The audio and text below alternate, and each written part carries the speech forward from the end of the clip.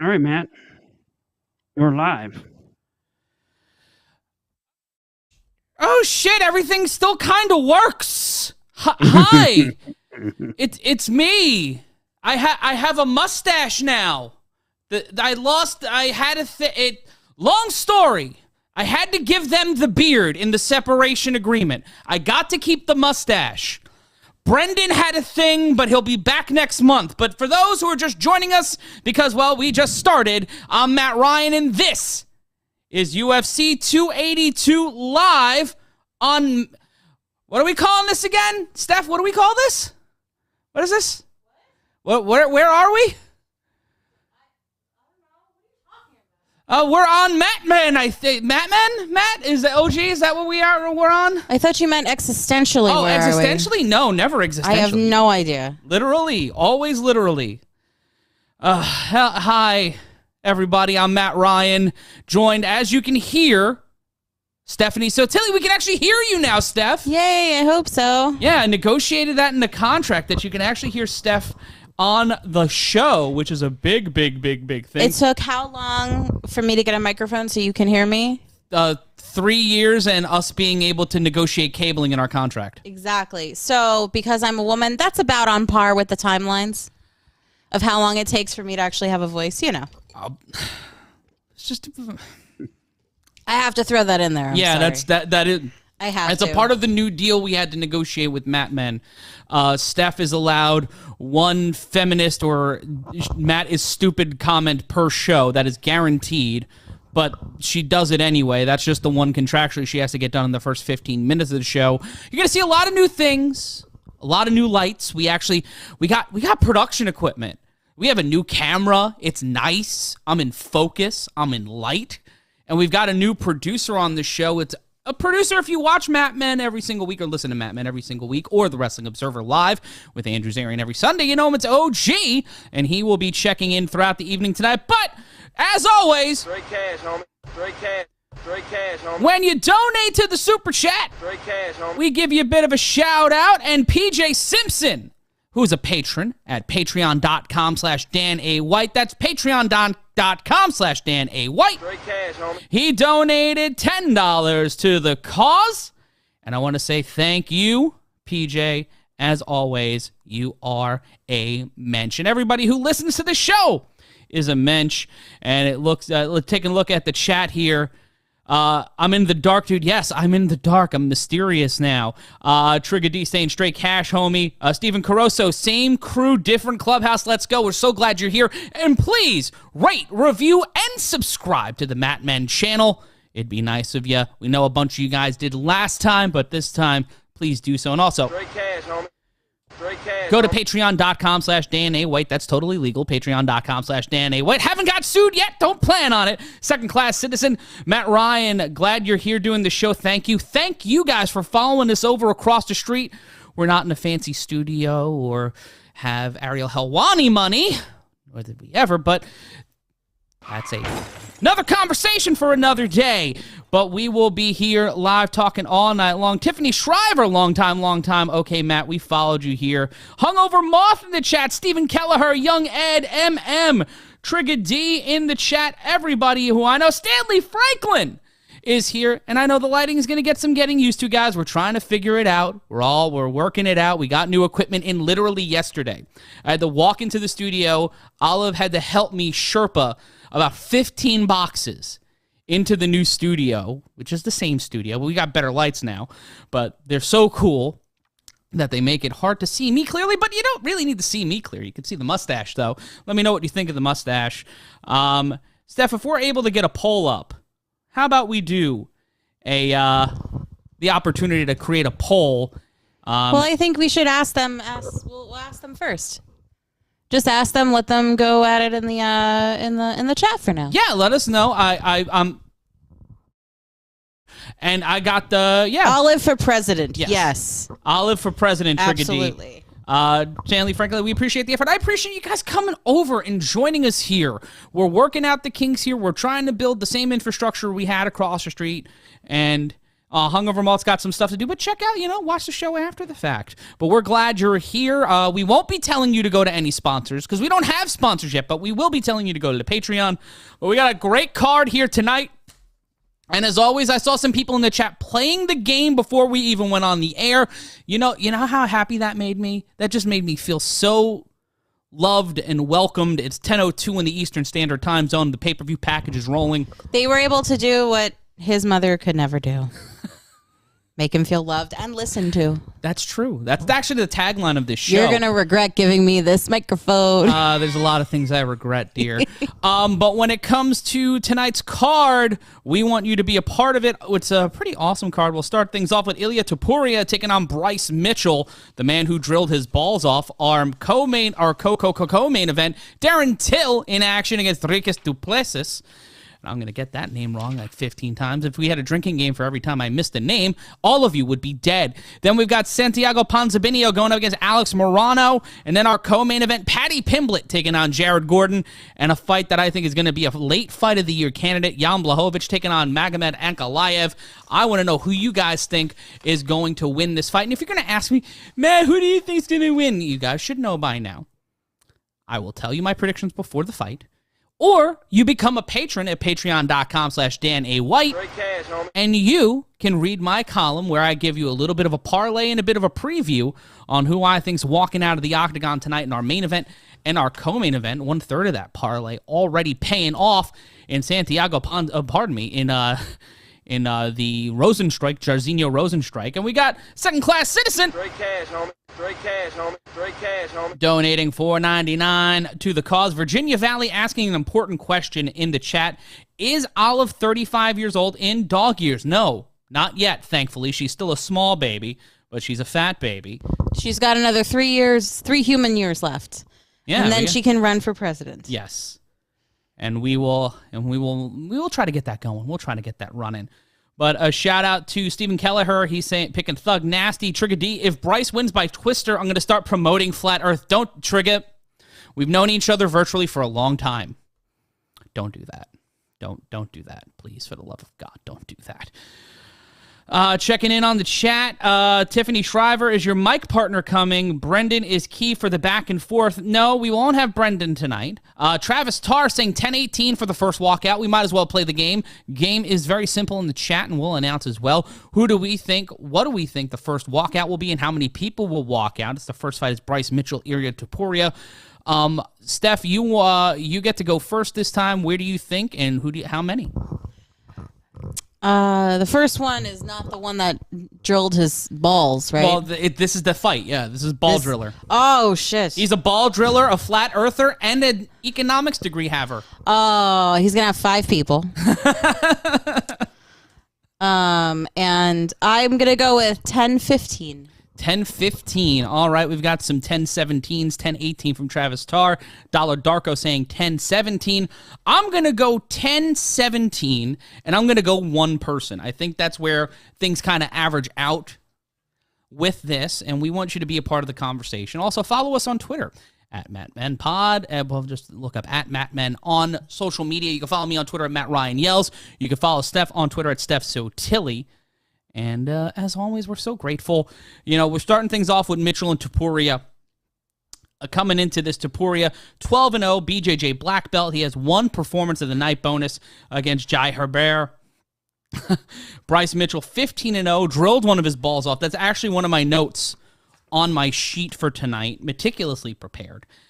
He said that he would run for office one day, Steph, but would be assassinated if he did. Gotta love MMA. He's a farmer, a weirdly not terrible rapper, and a BJJ black belt.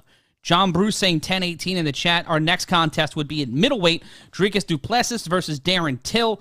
Du Plessis walking in here, a second-degree black belt, former EFC middleweight and welterweight champion. This is his pay-per-view main card debut. Triggerdy saying that's 15-1 in my book. That is 15-1. If you drill one of your balls, I do believe you should take that as a professional loss within the regards of mixed martial arts. Going up against Darren Till, you know Darren Till very well if you're a big fan of the UFC. The Scouser walking into tonight, loser of his last two against Derek Brunson and Robert Whittaker. MM asking, is Olive the Fat Baby there? Yeah, she is laid down on the floor just out of camera frame. You saw her on camera the last time we were with you on a show that you'll never find. Story one day, but as always, you can we'll put Olive photos up on Instagram. Olive the Fat Baby on Instagram. That's Olive the Fat Baby on Instagram, and maybe Olive will have a segment on our Patreon coming up soon. That's patreon.com/DanAWhite, patreon.com/DanAWhite.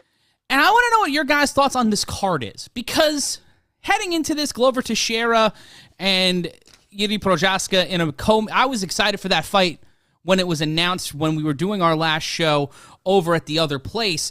And to be completely honest, walking into this fight, not like over the course of the week, I'm like, okay, this is a 1.5 fight card to me. I want to know if you guys think it's a 1.5 fight card. Like, this is Paddy Pimblett's first pay-per-view card, and he's in the co-main event. And he's been featured prominently as basically the main eventer of this card. Jared Gordon, and this is no knock on Jared Gordon or Paddy Pimblett. I'm just thinking, is it too much too soon? The one common complaint we had on the old show was that the UFC weren't able to create new stars, that the UFC had a star-making problem. And you have this guy, Paddy Pimblett, who's been pretty talented, but might be falling into the trap of too much too soon. Could be a Sean O'Malley situation where, he takes one bad loss and things go down. Also, Paddy Pimblett looks like a young Owen Hart, like a Stampede-era Owen Hart. And here's an interesting underdog parlay from a place that doesn't pay us anymore. Blachowicz plus 285, Jared Gordon plus 210, Bryce Mitchell plus 130. An underdog parlay, $100 bet would win you $26.45. Checking in on the chat, Young Ed, one nut better than one. Trigger D saying in response, unless you're allergic to peanuts. But his glasses, he can't see without his glasses. Trigger D in response to my question, they had to load this undercard up because the main title fight would only sell 12 pay-per-views by itself. Brendan Sokler not able to join us this show. He had a professional obligation, and you don't have to lie. He also drilled one of his balls. Yeah, it's hard to, I want to cover him for him in that sense. It's embarrassing, and he didn't even do it on purpose. Did this fighter, like, his actual testicle or just the skin, like the sack? No, it was a ball. He iggied a nut. How do you get that far? Like, by the time you reach the surface of the skin, you would know, this hurts, and have some kind of reaction. Well, you know how fast drills go. It's not like it was whirring slowly. It wasn't like Mr. Burns and a cow catcher driving down the street. It was it's a drill that moves very, very fast. I don't know. I use a power drill. It only goes as fast as you're controlling it. Well, maybe... Is that what it is? Maybe he tried to get on E-Fucked. I don't know. Stephen Kelleher donating $4.99 to the cause. Straight cash, homie. Stephen Kelleher said, surprised it wasn't a free one. That's true. Some Raiden Thacker asking, how is the undercard loaded? That is an interesting question. I would consider this to be a really great fight night card, where you have guys on there who are very, this is a solid card, but there's not really a lot of draw here. They're really pushing the Paddy button hard on this fight, on this pay-per-view, and trying to get him with the media, playing off his relationship with Barstool, him becoming a podcaster, him calling Ariel Helwani some names, becoming a Tory over time, which is sad for a litany of reasons, but they're going into the rules of the octagon. Trigger D, in Arkansas, your balls are less responsive, Steph. That's why. That explains a lot about former President Clinton. Hey-oh. Where's that brick wall? Went missing. There it is. It was actually, young Ed said it was accidentally engaged while in his front pocket. Who puts a drill in their pocket? I've done many dumb things in my life. That's a Tim Allen level. Not Tim Allen. What the hell was his character's name? Tim Taylor? Tim Taylor. Oh, super creative. Yeah, that's a Tim Taylor thing, is he would put the drill in his pocket. And then Al would have to go get him from the hospital and put ice on his ball. You think they fucked?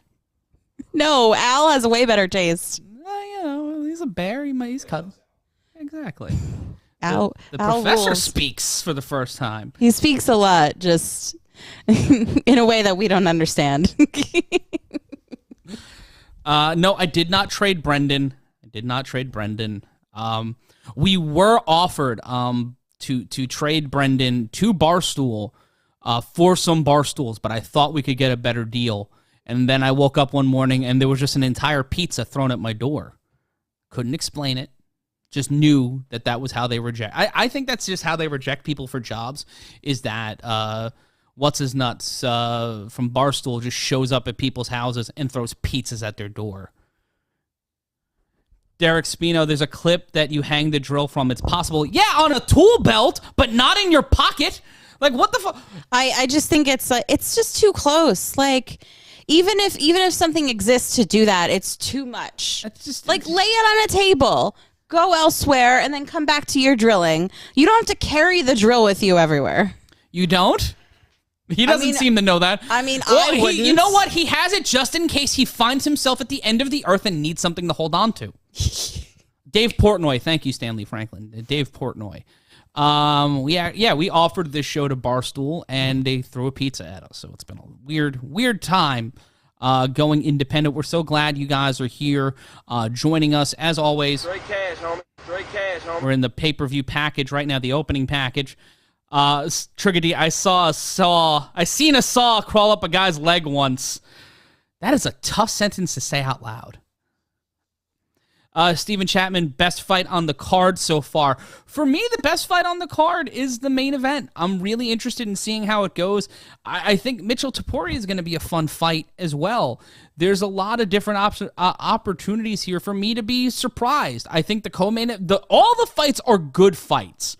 But are they fights where I would pay $80? Obviously, you guys didn't think that, or you're watching and listening to us, which is the highest honor I could think of. Charlene Cernagel joining us here, long time, coming over to the new side of the street.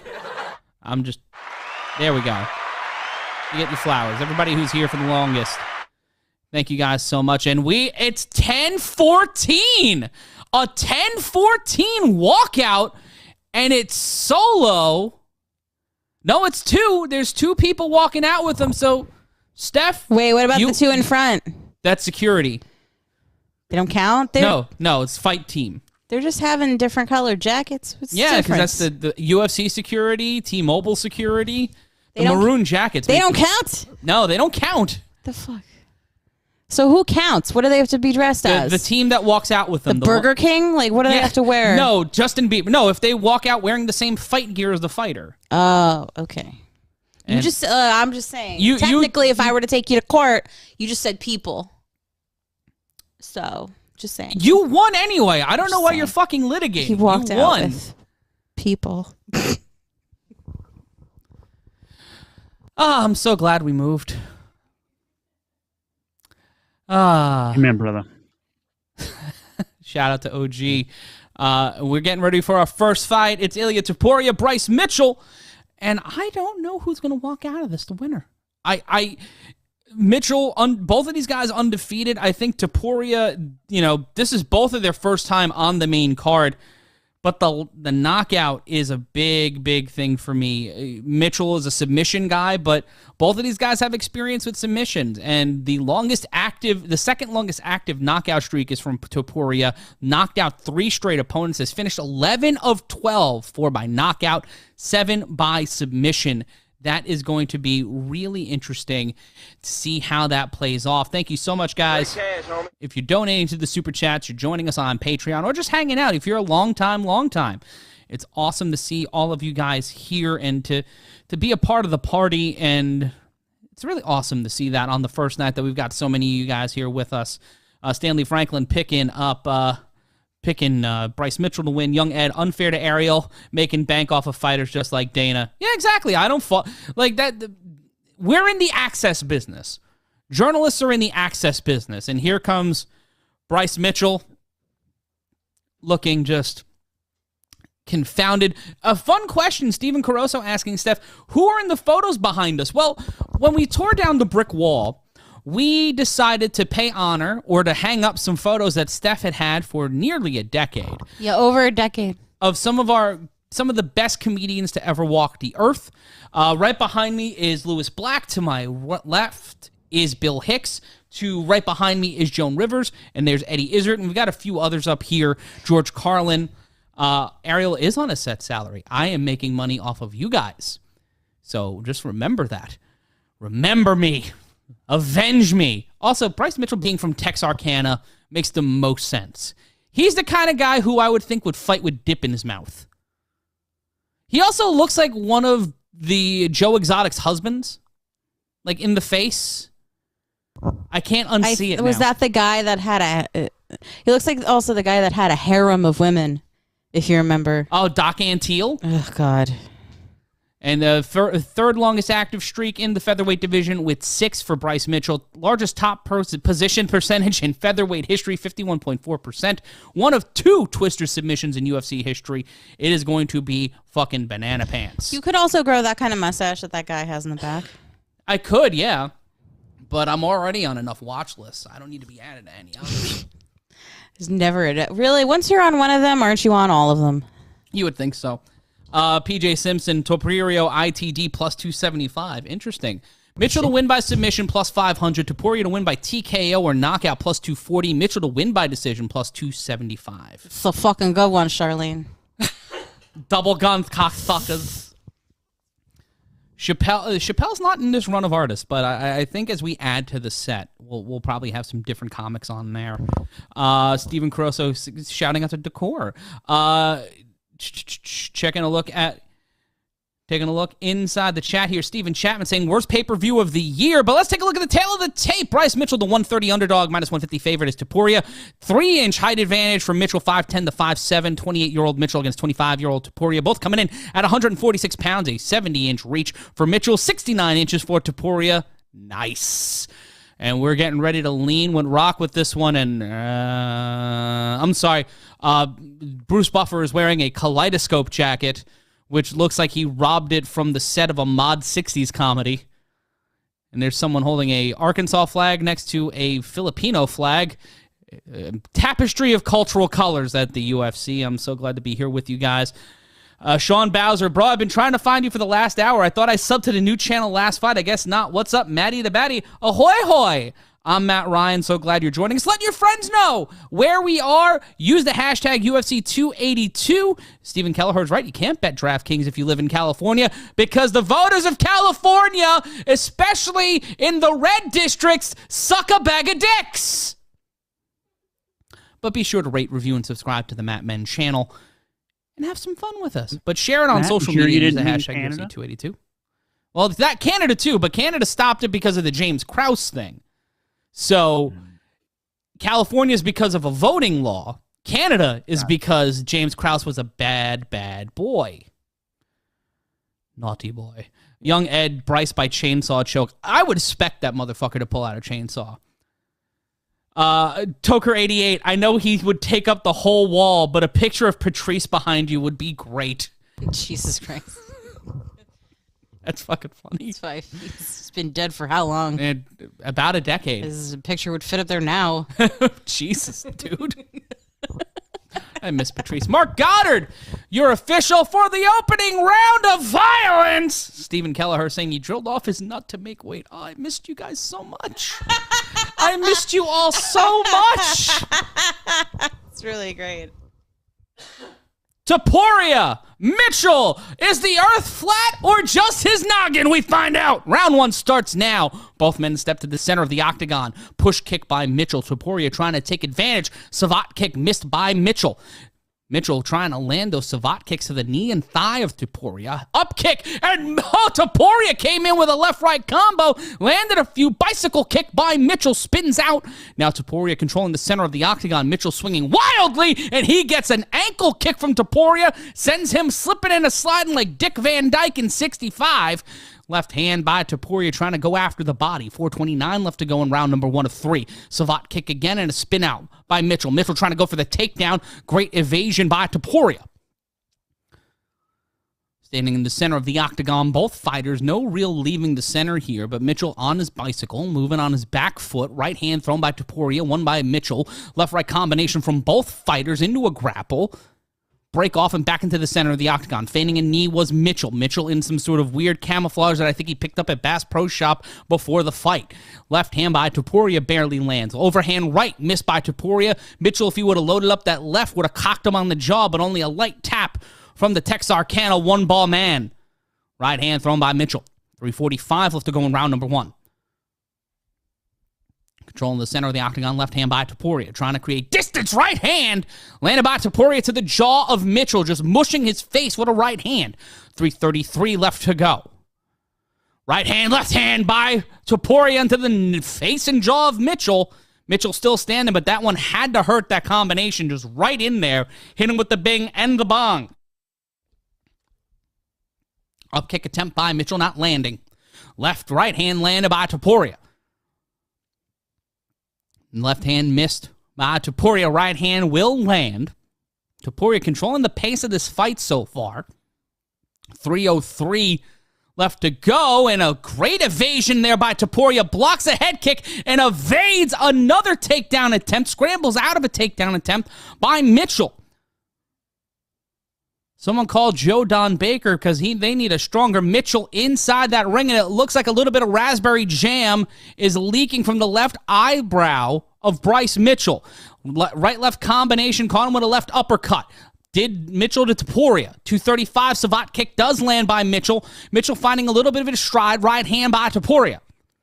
Getting him closer and closer to the fence is Topuria. Another takedown attempt by Mitchell. Topuria trying to fight out of the single leg. Now pressed up against the fence. Mitchell trying to assert himself here. Locks him around. Figure fours the leg standing. Trying to do a trip takedown with the leg around the thigh of Bryce Mitchell. 2:10 left to go. And a takedown attempt finally done by Mitchell. Topuria gets back up standing. Now backed up against the fence by Mitchell. 2:02 left to go. A high voltage fight here so far in round number 1. Pushing off, and Mitchell actively bleeding from the left eyebrow. Left to the body by Mitchell. Knee missed by Mitchell to Topuria.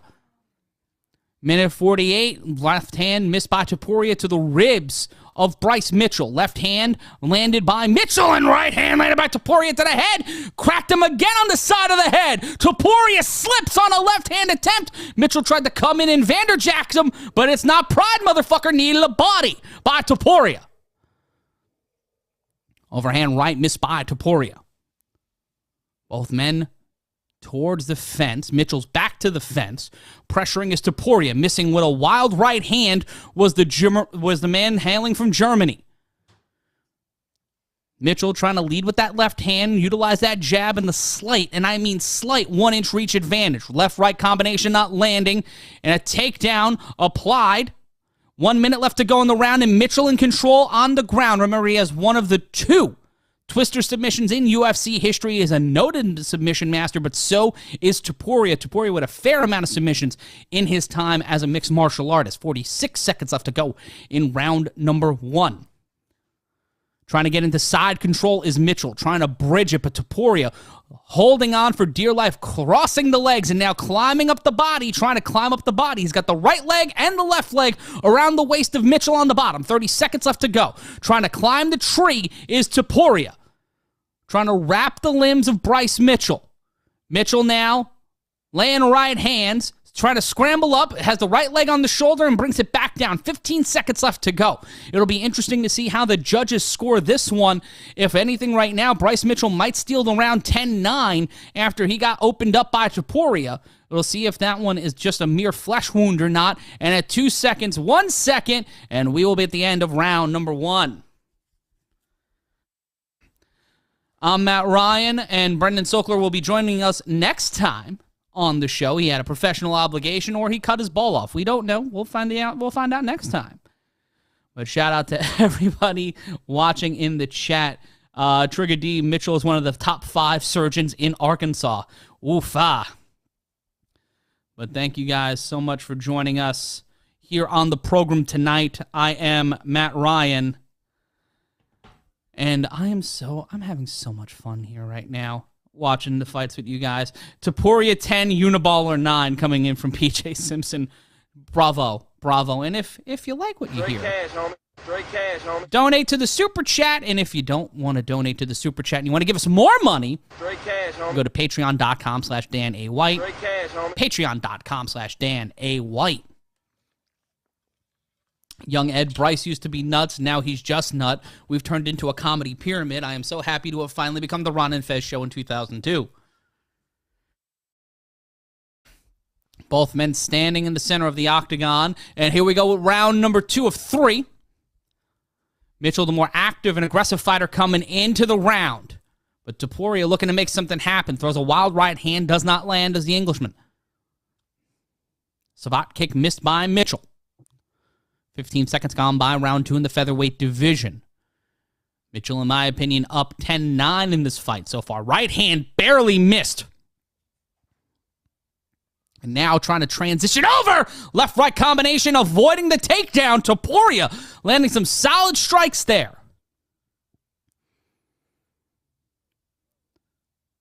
5 of 6 takedown defense for Topuria so far, and that would be the thing that would probably give him that round, aside from lighting up Bryce Mitchell in round number 1.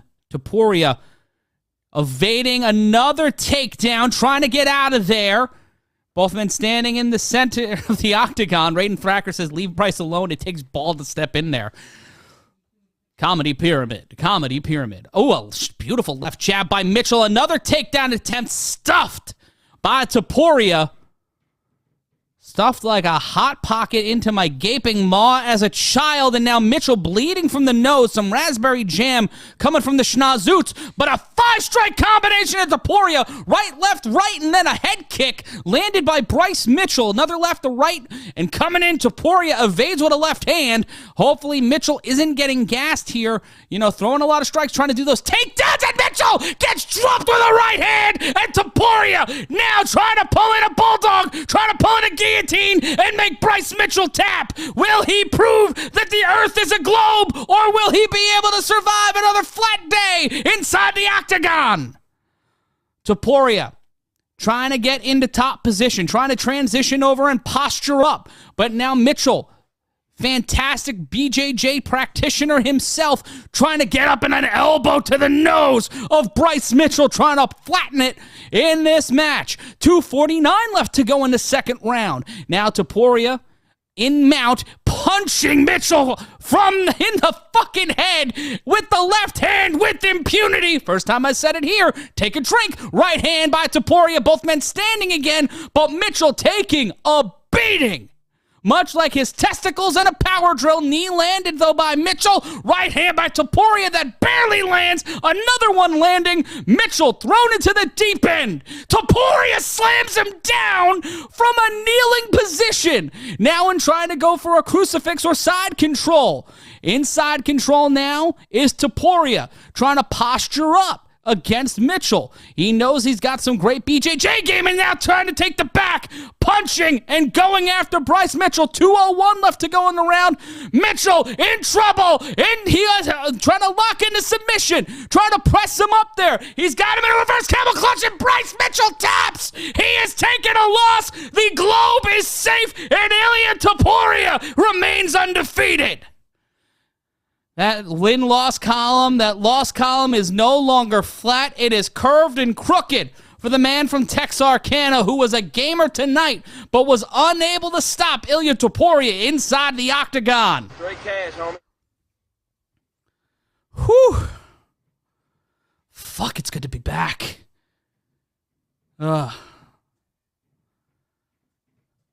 Trigger D, Topuria when Batamoria walks in.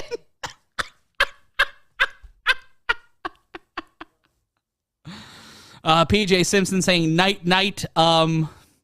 Just if you take a look at the chat, because it's a good line. I don't know if I could say it, but a beautiful submission victory for Ilia Topuria. Most importantly, Copernicus was right. Most importantly. Never, ever did I don't think that's ever been uttered during an MMA fight. God, all hail Copernicus. Take that, Copernicus. Trigger D hit him with the 3/8 drive. Oh, UFC 283 is going to be fucking ridiculous. January 21st.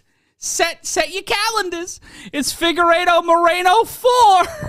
Does one of them believe that the moon landing didn't happen? I hope not.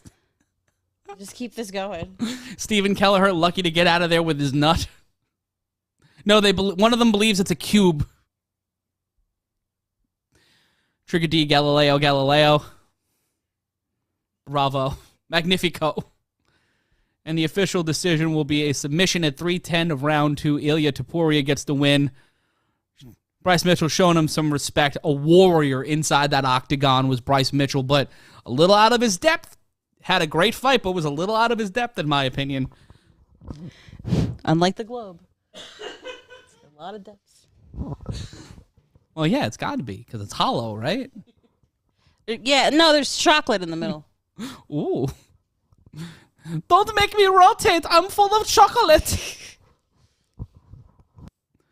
Trigger D, he's going to take his ball and leave. You know, you would think that there's a limit on testicle jokes. No, not at all. Balls are funny. It's way funnier, because if this was a female fighter and somehow drilled her clit, it would not be as funny. No, it would be sad. You'd be very concerned for her health, but this is hilarious. Oh, fuck. Sean Bowser, I know. And if you want to know why, go to patreon.com/DanAWhite. That's patreon.com/DanAWhite. Trigger D, Bryce's ball versus Bisping's eye. Jesus Christ. Virtually identical. Fuck, bro. You can follow me on Twitter at @MattRyanYells. You can follow me on Twitter at @MattRyanYells. You can follow Steph on Twitter at StephSotilli. OG, how can people find you on the Twitter machine? The @2FightForever on the Twitter. Forever. Number 2, Fight Forever. Really? Thank you so much, MG Geek. You're a schnookums. You know that? You're a real schnookums. I try. Also, we got to keep the name Sweeties. So we've got that going for us. You guys are still this. If you want to become an official Sweetie, you head on over to patreon.com/Dan8White. I won't keep plugging it as much, but it is awesome when you guys send us a little for $3 a month. Let's shout them out right now. Let's shout out our patrons right now. I want to shout out Alex Wall. I want to shout out Chris, Paul Fetty, Adam Gaffield, and PJ Simpson, who are our Patreons. Seriously, somebody I went to middle and high school with is one of our patrons. Yes. That's insanity to me. That's you would not have told 14-year-old Stephanie that they'd be paying you to watch. Hey, you're going to still keep seeing this girl, and she's going to become a lot less chill as an adult. I don't know if she remembers, but that's awesome. But shout out to everybody who is a patron. You can be a Sweetie. You can be a member of the Art Howe group. You can be an assistant to the assistant producer. Or you just, you get a shout out and you get articles. You get my previews. You get an exclusive podcast, which is pretty awesome. You get to hear me talk and sometimes have conversations with other people. Stanley Franklin, 80 me. We're building this thing back up. The fact that we have 80 Sweeties in the room right now is awesome because you guys are the diehards. You guys are the people that, you know what?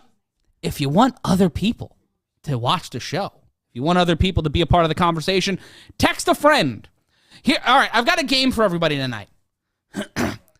Text the person you last texted with the link to the show and say, "Can you be a Sweetie?" ? Screenshot, if anybody replies to you, screenshot the reply. Don't show their name or their phone number.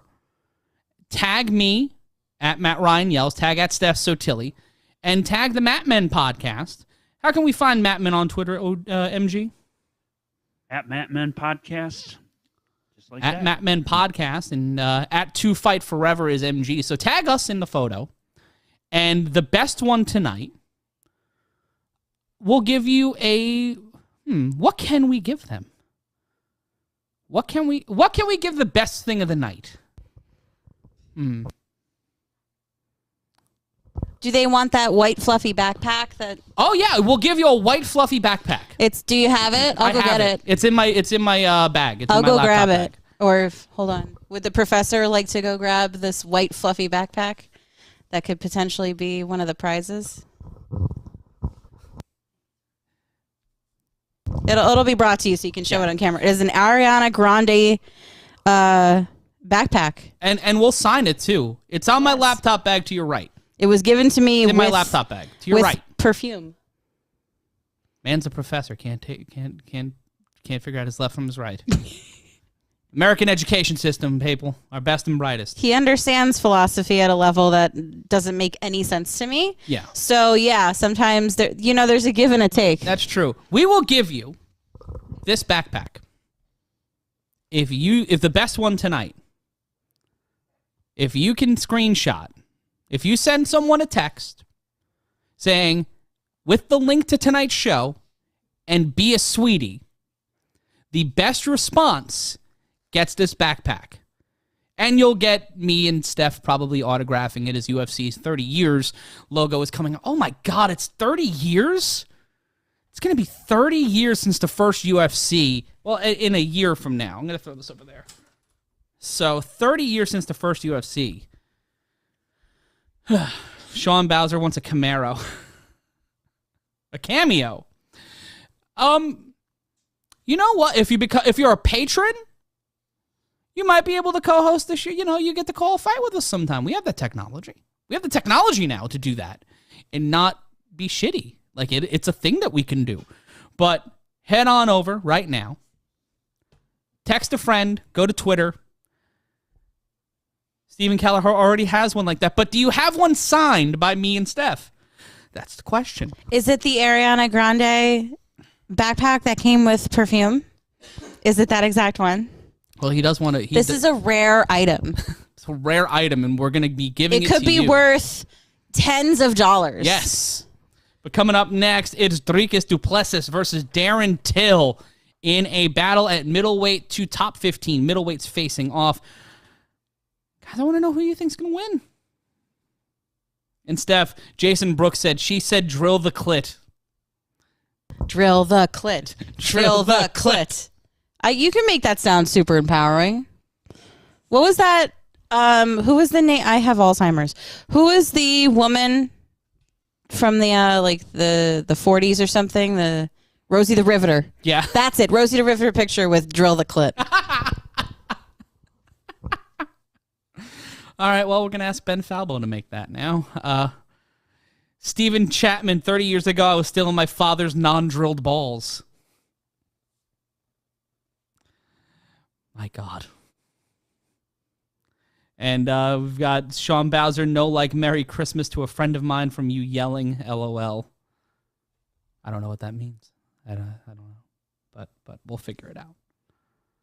It sounds like you tried to do the speak to text possibly thing. Stephen Kelleher said that's a movie. No, like what? Oh, he be dabbing.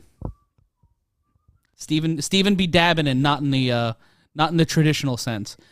Dricus du Plessis just looks like a dude who isn't a contract killer but gets confused for a contract killer in some sort of weird.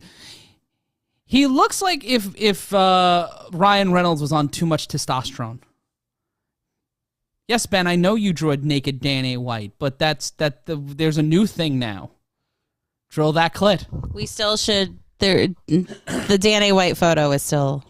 Yeah. He posed for that. Mm-hmm. He requested Ben draw him like one of his Polynesian girls. He didn't see Titanic.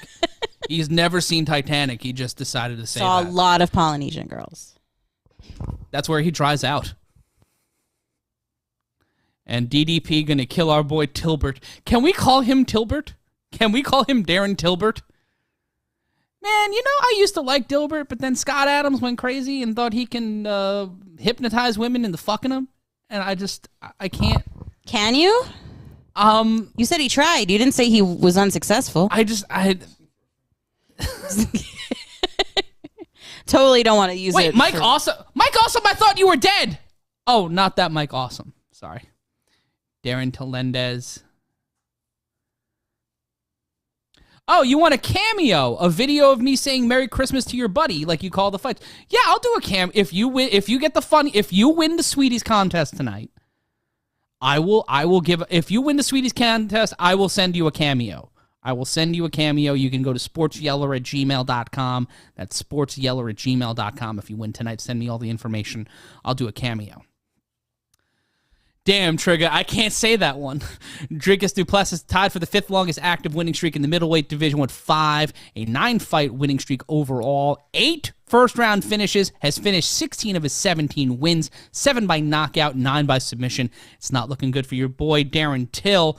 Winner of his last 5 fights, all but one of them are by stoppage. His last was a unanimous decision win over Brad Tavares.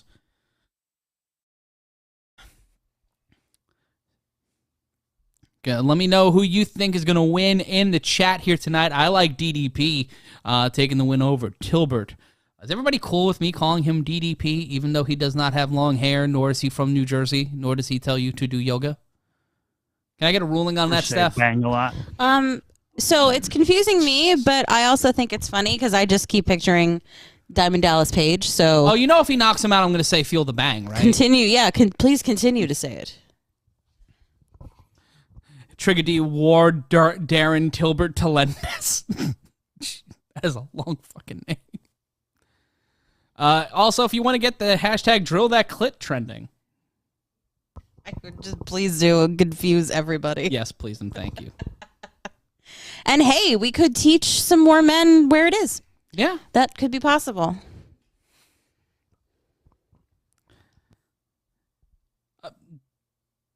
I will do. Do you want me to sign up for Cameo, Sean? Is that what you want me to do? Do people want me to do cameos for them? I'll do it. I mean, I like what you used to do, which is people would pay you $5 and you would insult them. You know what? I'll do that too. If you know, we'll do that too. 5 round. If you donate $5 to the super chat, I'll cut a promo on someone for you. 5 first round finishes to Darren Till. 10 wins by knockout. Notable wins over Kelvin Gastelum, Stephen Wonderboy Thompson, and Donald Cerrone. Wow. Mike Awesome bringing up Yahoo Messenger. Jesus. There's a certain class of people who used that back in the day. Mainly Canadian. That and MSN Messenger, which was odd. Till to win plus 350. Du Plessis to win by knockout or TKO plus 165. Till to win by decision plus 400.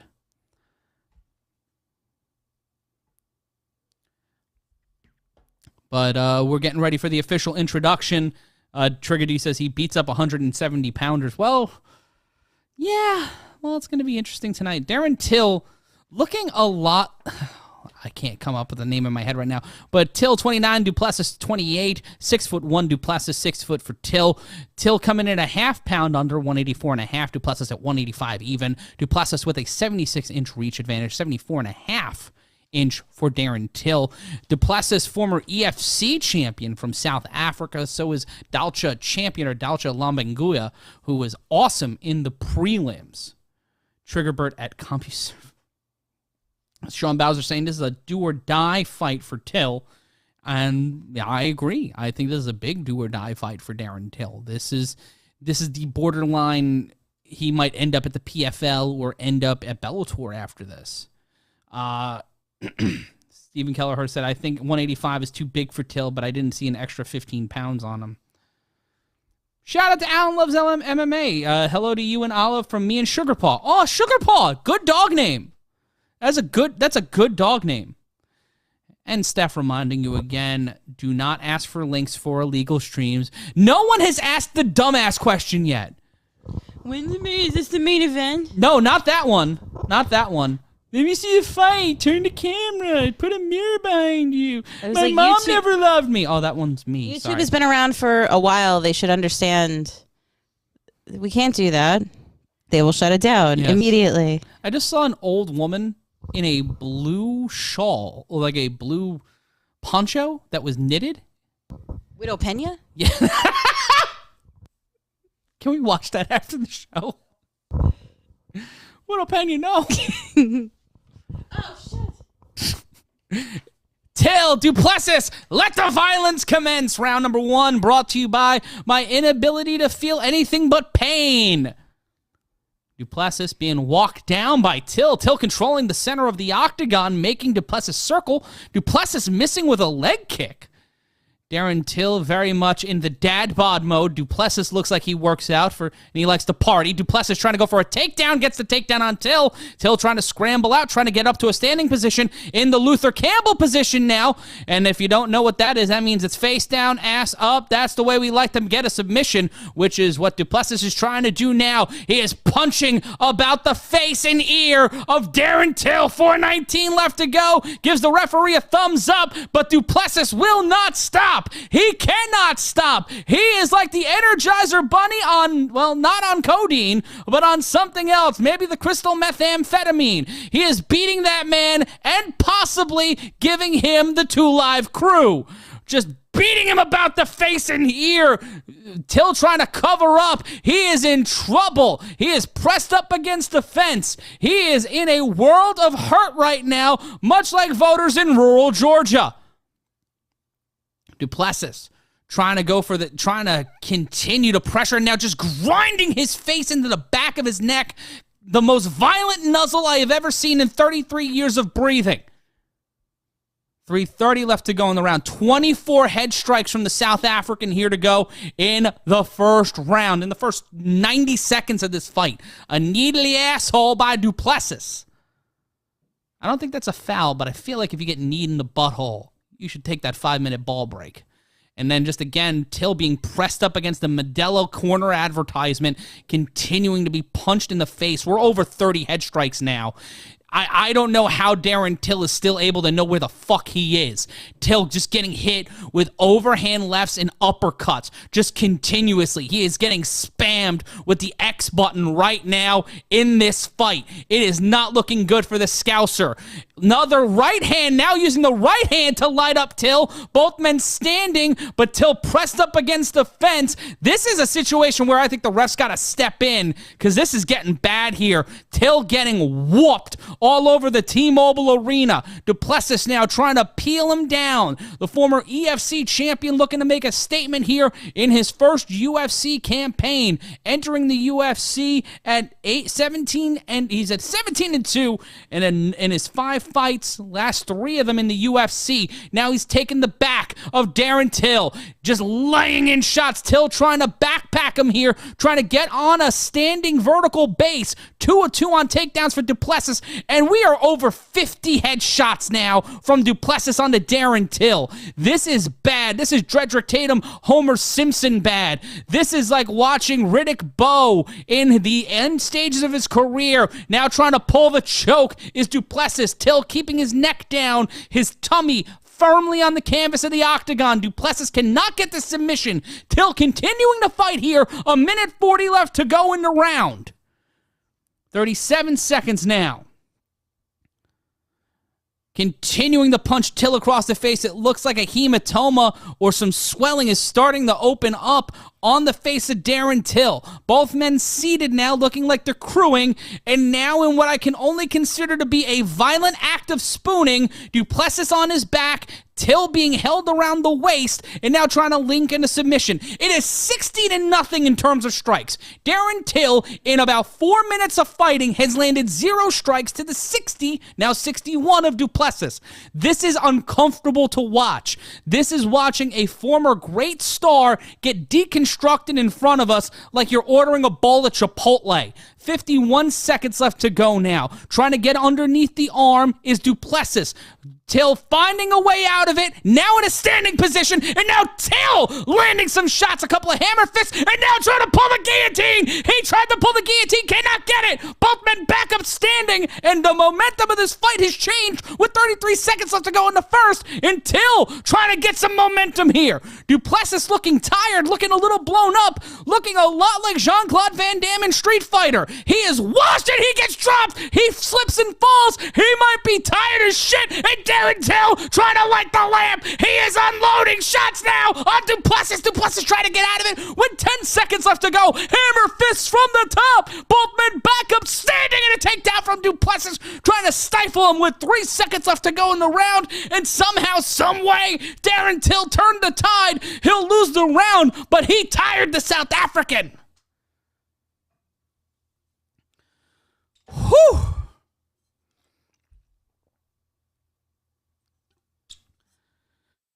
How's it going? I'm Matt Ryan. MG Geeks, our producer.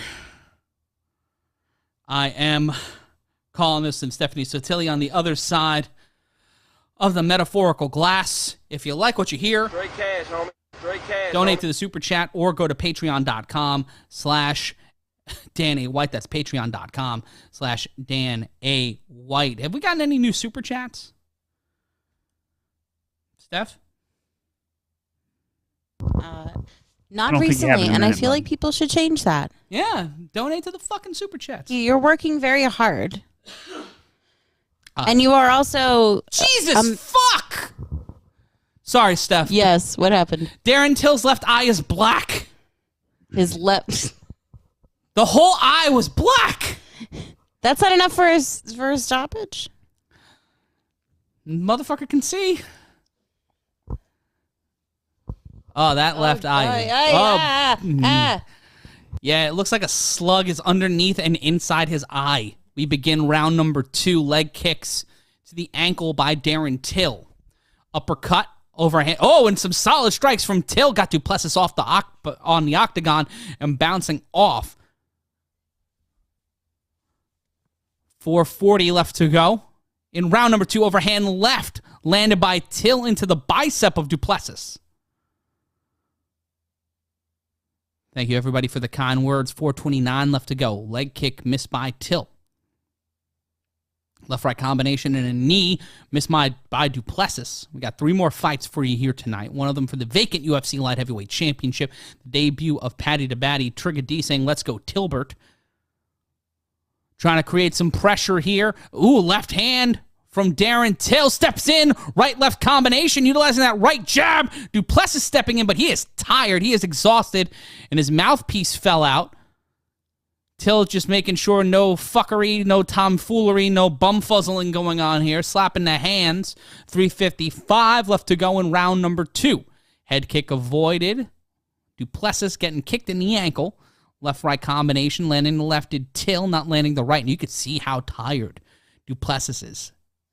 He is gassed. He is like me going up a steep flight of stairs. Left-right combination to a flying knee does not land by the South African. He eats a right-left combination from Till. The Scouser has found a second life here. 3:30 left to go in round number 2. He is trying to win this round or end this fight. Overhand left. It's like when you're playing UFC and you use all your stamina in round 1 and a knee to head. And Duplessis going for a takedown. Gets the takedown. He got pissed off by that one.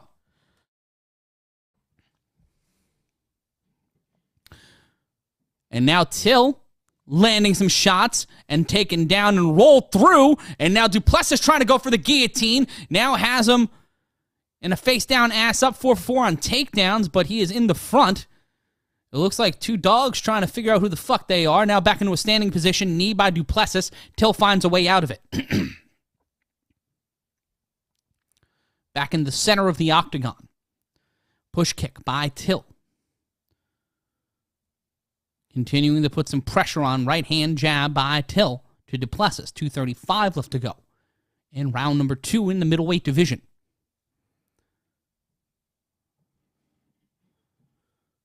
Trying to circle around. You see Duplessis breathing heavy. 2:22 left to go. Was it Leona Lewis who did keep breathing? You mean keep bleeding? Was it keep bleeding? That was keep breathing. Bleeding love. Yes, it was Leona Lewis. Yeah. Well, he keep breathing. Starting to get sloppy with the strikes is Duplessis. 2:01 left to go in round 2. Right-left combination landed by Till. Kind of a weird okie doke. Oh, and a Superman punch by Duplessis, which misses. Misses hard.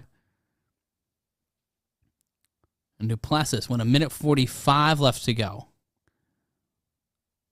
Now 1:42. Left hand thrown by Till.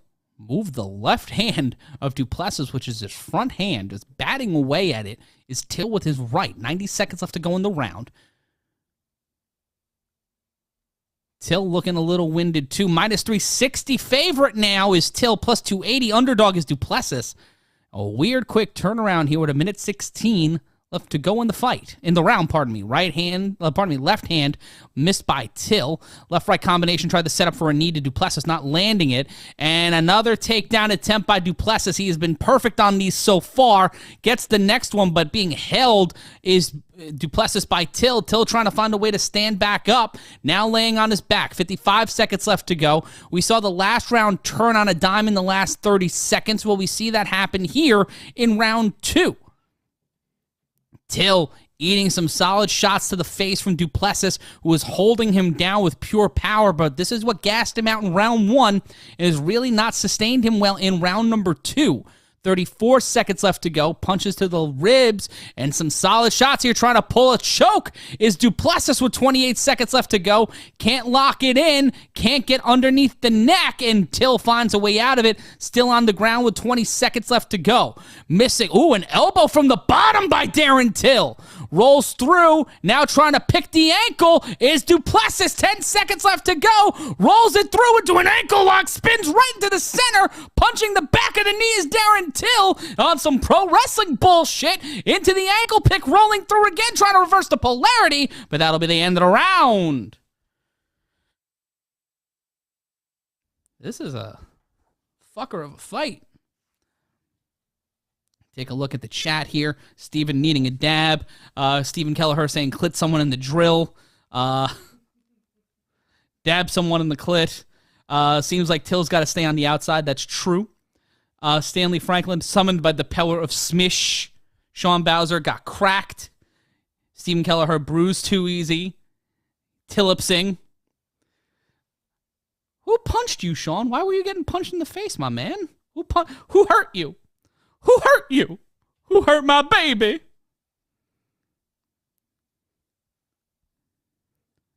Jeremiah is surprised that I said polarity. Yes, polarity's a word. I'm allowed to say fancy words, right? Like that was in my contract, right, Steph?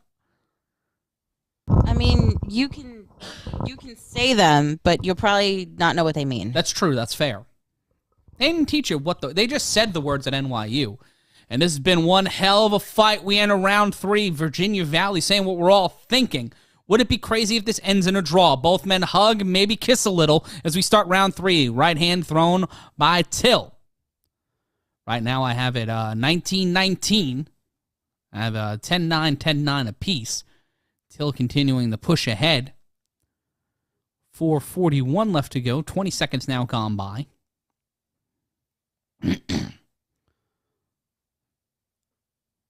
Kevin Ioli agrees with me on the Twitter machine. Overhand left, missed by Duplessis.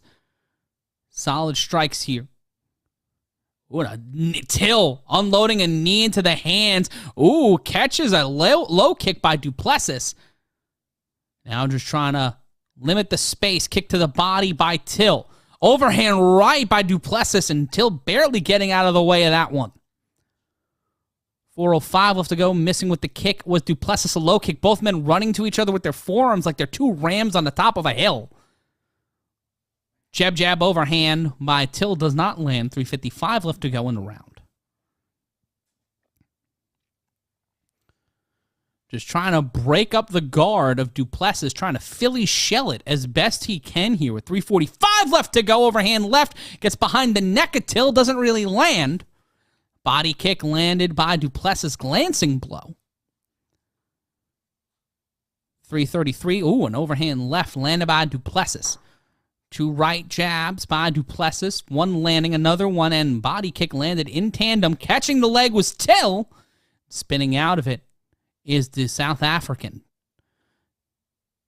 3:16, what left to go in the final round? It looks like Till got kicked in the dick.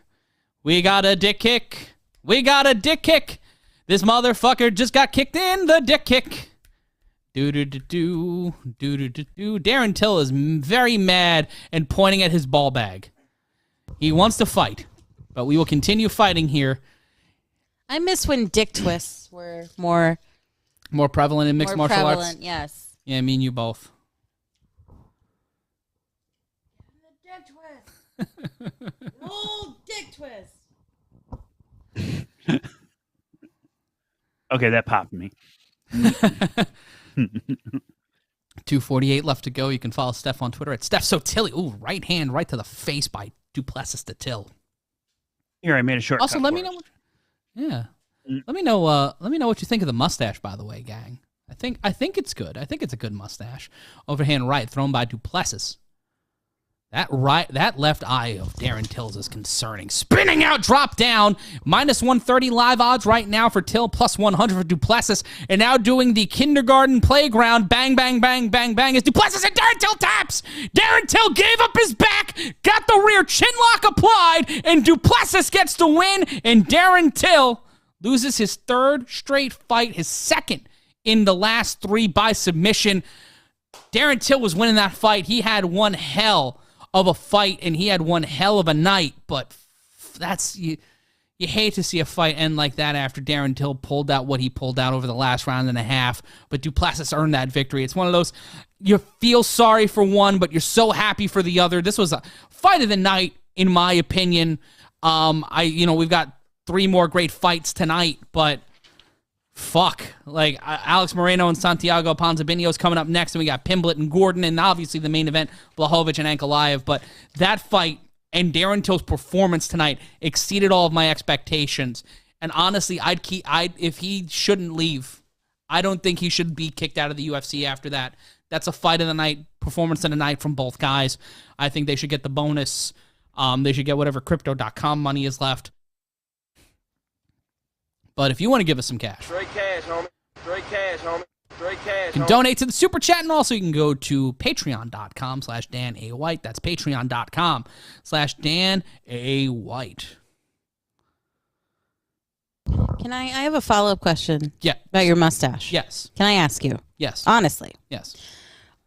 Are you planning on telling kids to say their prayers and take their vitamins? Well, let me tell you something, brother. Is that what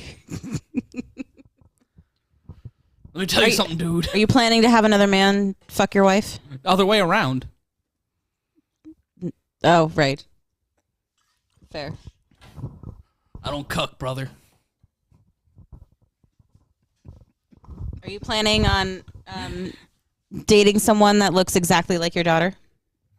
I know. Okay. Good Lord, no. I think you're safe then. Yeah. Keep the mustache. Okay. Stephen Kelleher, he didn't look the part, but he gets it done.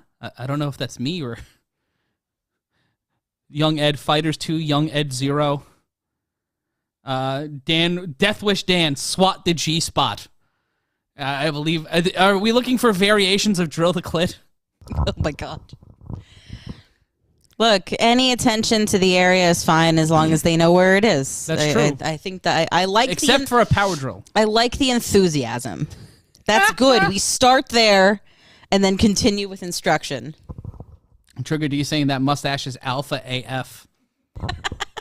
Oh no, do I have to start saying I'm an alpha at every moment of every day to continue to the thin veil of masculinity I have? Yeah, don't you know anything about alpha males? You have to say over and over again, I am an alpha male and I get plenty bitches. Can I say I'm an alpha male and I just start dressing like a wild Samoan?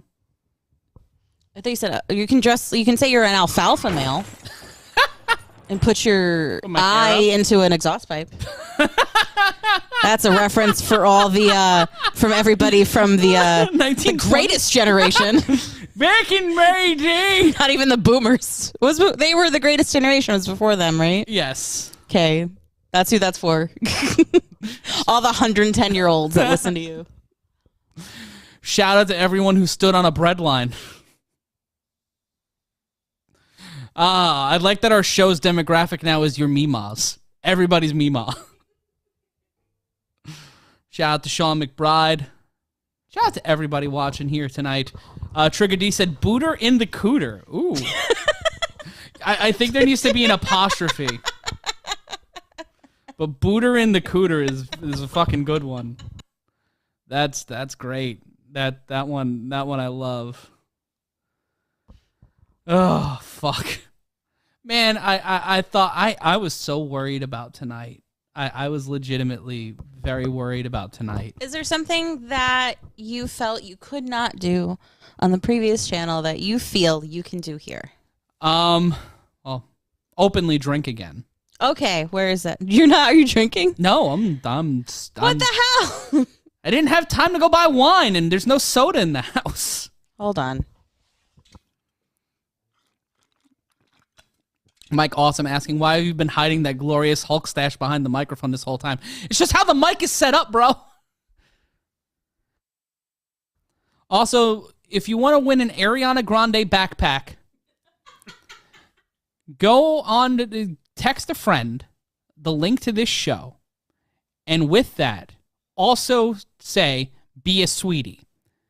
Send us, don't show the label, they're not paying us. Someone saying I got a Gene Shalit vibe going.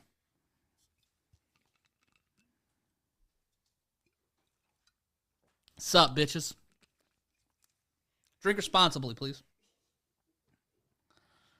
Thank you, James Rickard. Ugh. Vodka straight is just terrible. Ugh. Chopper Red Tash. Chopper Reed Stash. I don't know who Chopper Reed is. What'd you say? Cooter.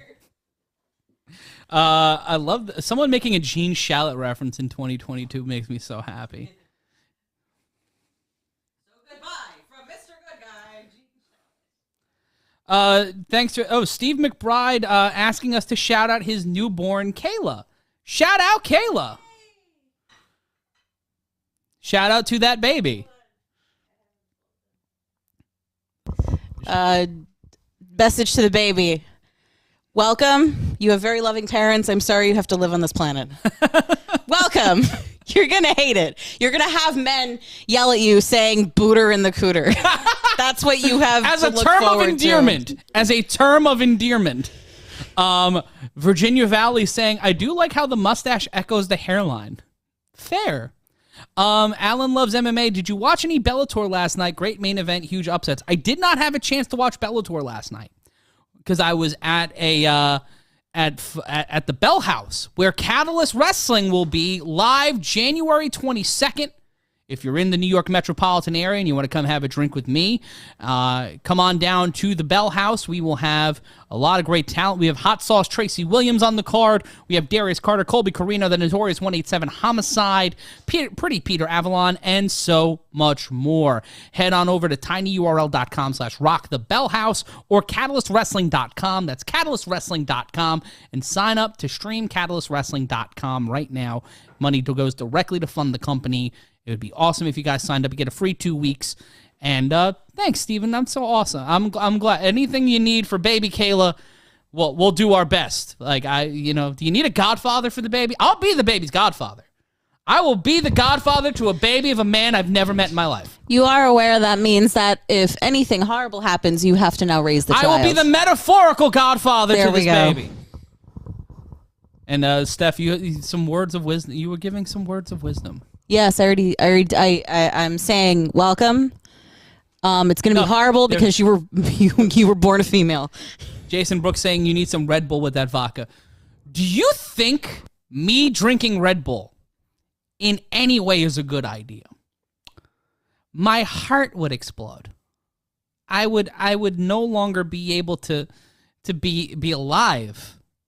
The amount of energy I run on naturally, well, off of caffeine, some botany, and just a lot of caffeine. Steve McBride said, absolutely, paperwork on the way. Oh, fuck, I'm a kid's godfather now. There you go. Do I have Remember, to start talking like this? if you have to take the child in before potty training, it is wipe front to back. Front to back, yes. But this next card on UFC on Saturday, January 21st, Davison Figueiredo versus Brandon Moreno, Gilbert Burns versus Neil Magny, Lauren Murphy versus Jessica Andrade, Shogun Hua is on this card. Paul Craig's on this card against Johnny Walker, and it's in Brazil. Oh fuck yeah, someone's gonna die. But shout out to little baby Kayla, and shout out to UFC 283, which we'll be yelling at. Stephen Kelleher, you could tap yourself for electricity. I actually was asked once to run the electricity off of my caffeinated body for a small island nation. That's literally was one of the plots of Sonic the Hedgehog movie. Oh, yeah. His body was electric, and even if one of his quills was pulled off, they could also be a independent source of electricity. Man, if he just got a haircut, we'd be in so much better position right now. He could save the planet, and yet he chose not to do it that way. So Sonic the Hedgehog, a bitch. I mean, yeah, he's an orphan, so he's all kinds of messed up. According to the movie, he was raised by a squirrel. I'm sorry, Ben. I'm going to keep ranting about the Sonic the Hedgehog movie.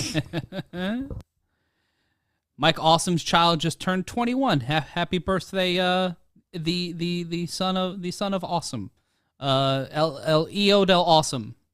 I believe that'd be effective. Yes. Coming up next, it's Alex Morono versus Santiago Ponzinibbio.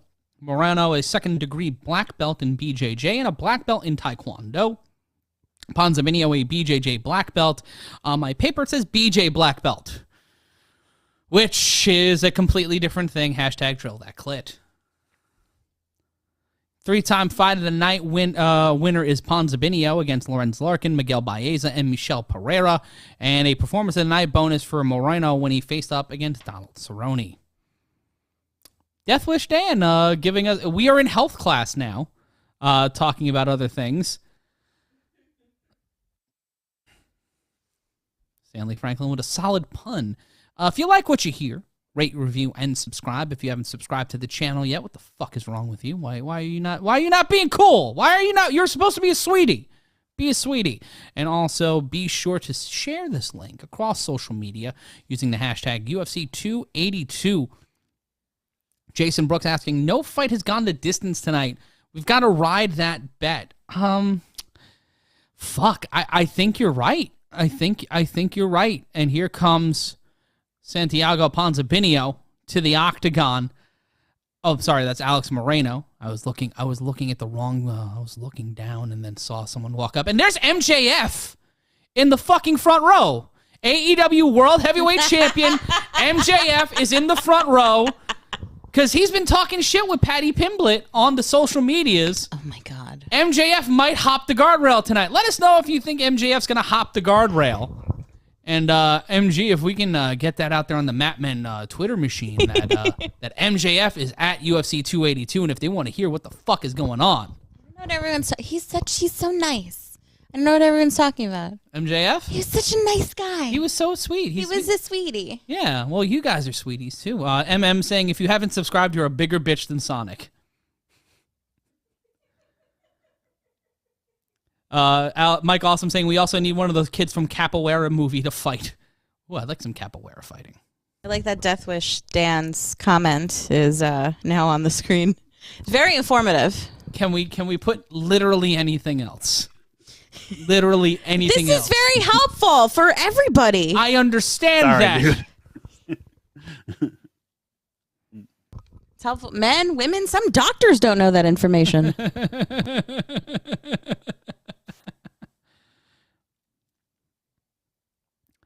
Stephen Chapman asking, am I the only one who isn't looking forward to a Paddy the Baddy-led UFC?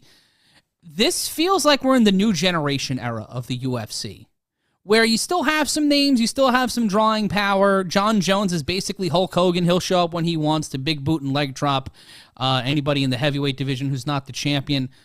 But Santiago Ponzinibbio will be dancing and strutting his way to the 8-sided cage of doom. Glad to help you, Steve. Glad to make your family's day. Glad to make anybody's day here. But let us know. Let us know what you think. And be sure to rate, review, and subscribe.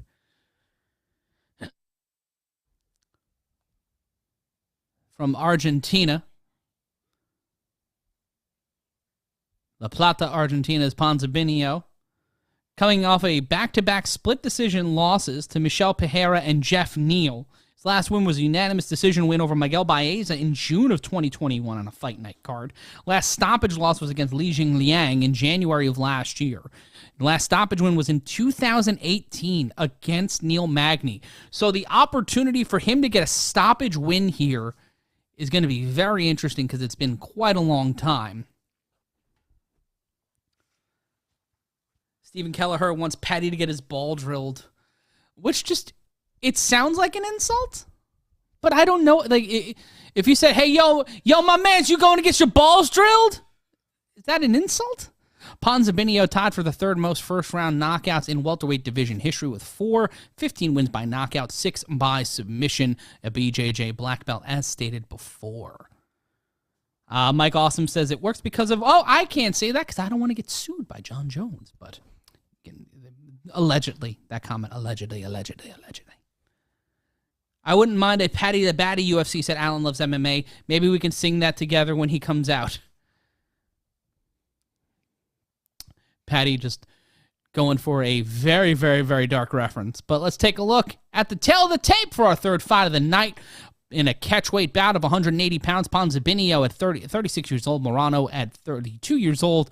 Ponzinibbio with a slight height advantage, 6 foot to the 5'11 of Morono, both coming in at 179.5 pounds. Ponzinibbio with a 73-inch reach to Morono's 72-inch reach. And is his nickname the Ponzi scheme? You would think that. It really should be. That should be like the headline. Like, that would be a cheesy MMA headline. Ponzi schemes his way into a victory.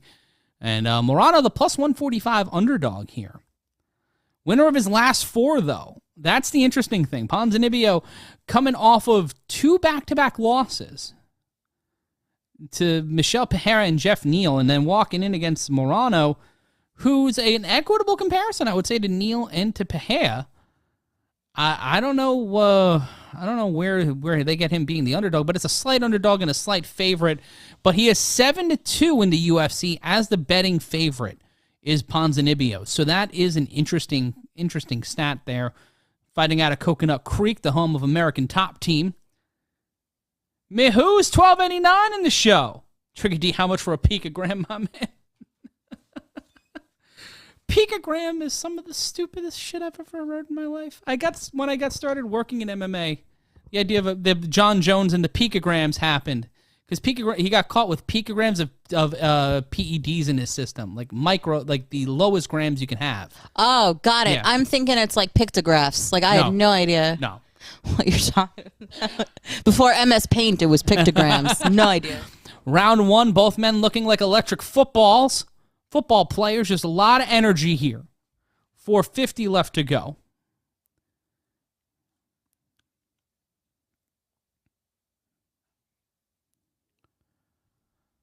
No real action yet. 20 seconds gone by. Left-right combination from Morono. Landed pretty solidly there. Ponzinibbio controlling the center of the octagon. Morono looking a lot like a young Lars Sullivan. I don't know if that's a compliment or an insult, but low kick by Ponzinibbio to the ankle of Morono. Circling around. Quick left double jab by Morono does not land. 4:10 left to go in the round. That's when you can use CBD, 4:10 every day. Left hand by Morono. Another left hand, leading with that left hand. Giving that right hand high is Morono, keeping both of his hands high. Like an old shanty Irishman boxer. Right hand thrown. 345 body kick by Morono. Circling around, left hand feigned by Ponzinibbio.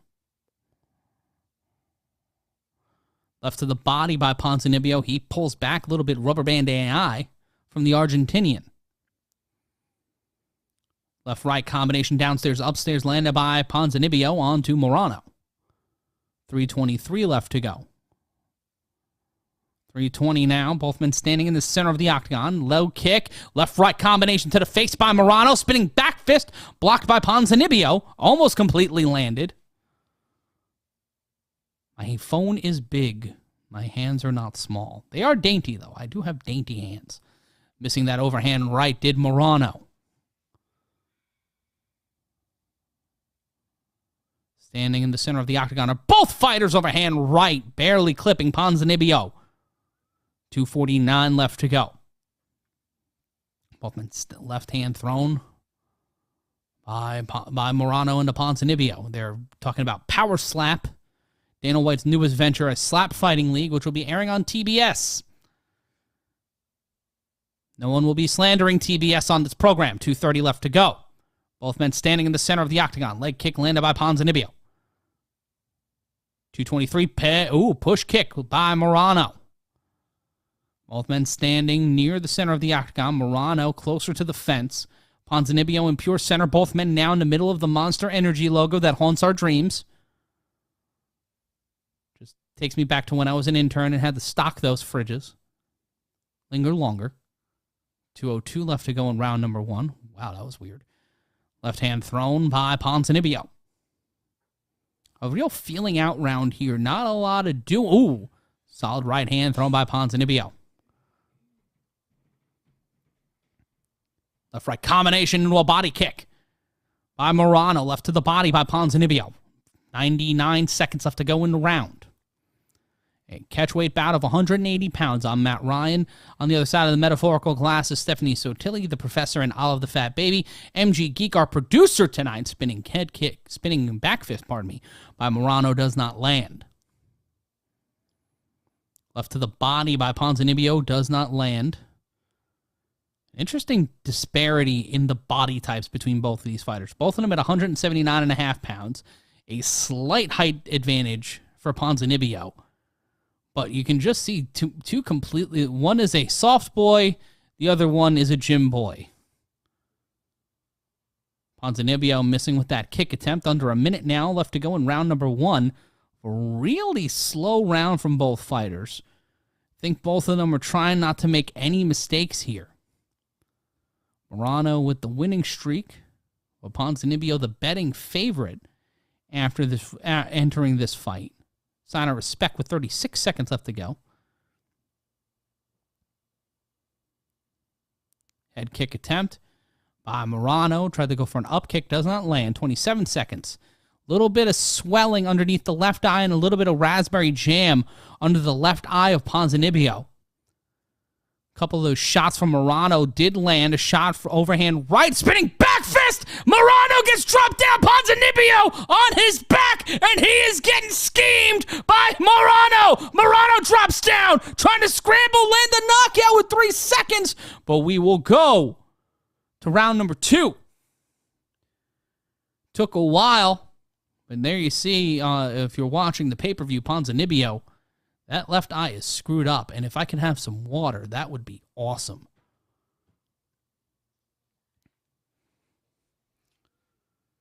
Take a look at the chat. Thank you so much. Thank you, Professor. Stephen Kelleher calling himself a geezer now. Shout out to everybody watching in the chat right now.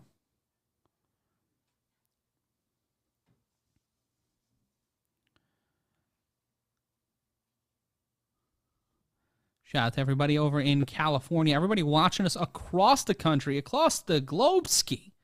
And if you want to give us some... Straight cash, homie. Straight cash, homie. Straight cash, homie. You can donate to the Super Chat or go to patreon.com/Dan A. White. That's patreon.com/Dan A. White. Yeah, Topuria said it best. The bell saved him there. The horn saved him as we enter round number 2. Here tonight at the T-Mobile Arena. Our first show here on Mat Men. Glad that all of you are joining us here. A lot of familiar faces, some new faces as well. We're so glad that you're taking the time to watch us here for UFC 282. We got 2 more fights after this, our co-main event and our main event. Ponzinibbio and Morono both circling the center of the octagon. 15 seconds gone by in round number 2.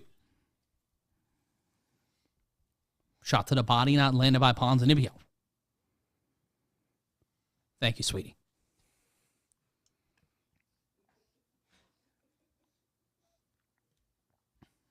Everybody watching the show tonight is a sweetie, especially if you donate to our Patreon. Straight cash, homie. Patreon.com/Dan A. White. That's patreon.com/Dan A. White. Straight cash, homie. 4:15 left to go. Kevin Ioli has it Morono 10-9 in the first. I would be inclined to agree, especially with the raspberry jam on the face. Ooh, spinning back fist by Morono. The raspberry jam on the face of Ponzinibbio.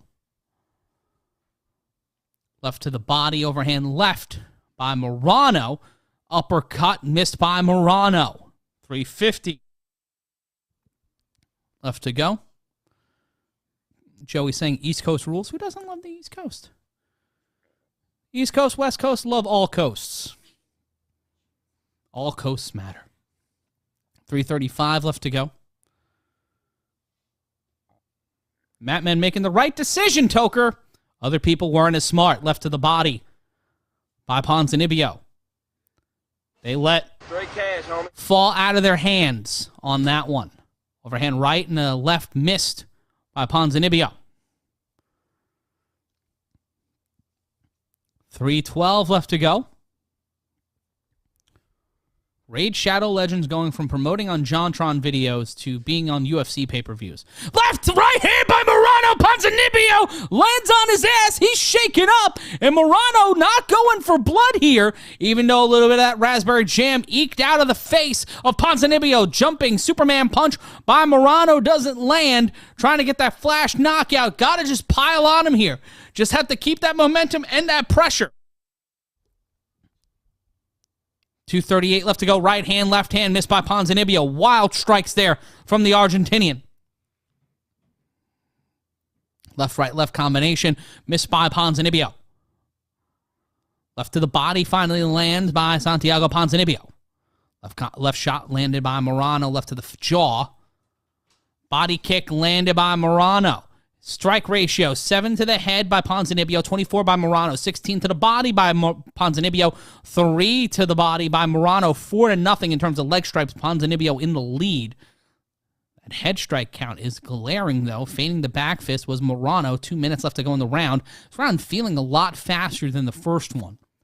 But I think Morono controlling the pace here. Ponzinibbio looking to slide in with some momentum. He got knocked down in this round. Doesn't bode well for him. Left hand. Leg kick landed by Ponzinibbio.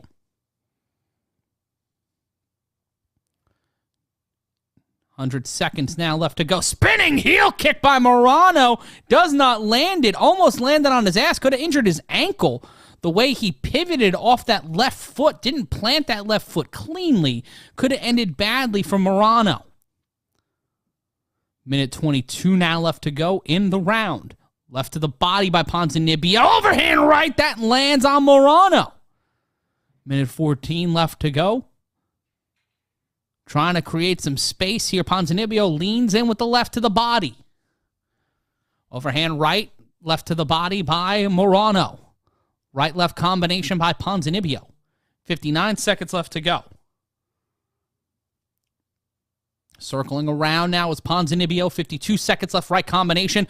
Landing barely. Left hand landed. Morono on his back foot. Morono in trouble. Combination by Ponzinibbio. But Morono steps forward, willing to keep fighting.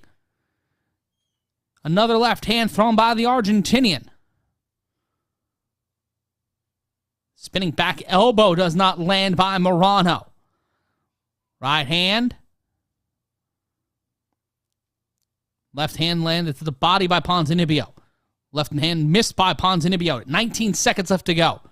The Argentinian lands a left hand, almost gets a right hand. And we are 10 seconds away from an end of this round. Trying to pull the submission was Morono with 8 seconds. Trying to go for a standing guillotine. Feigned a Superman punch. Pushing away, and that will be the end of round number 2.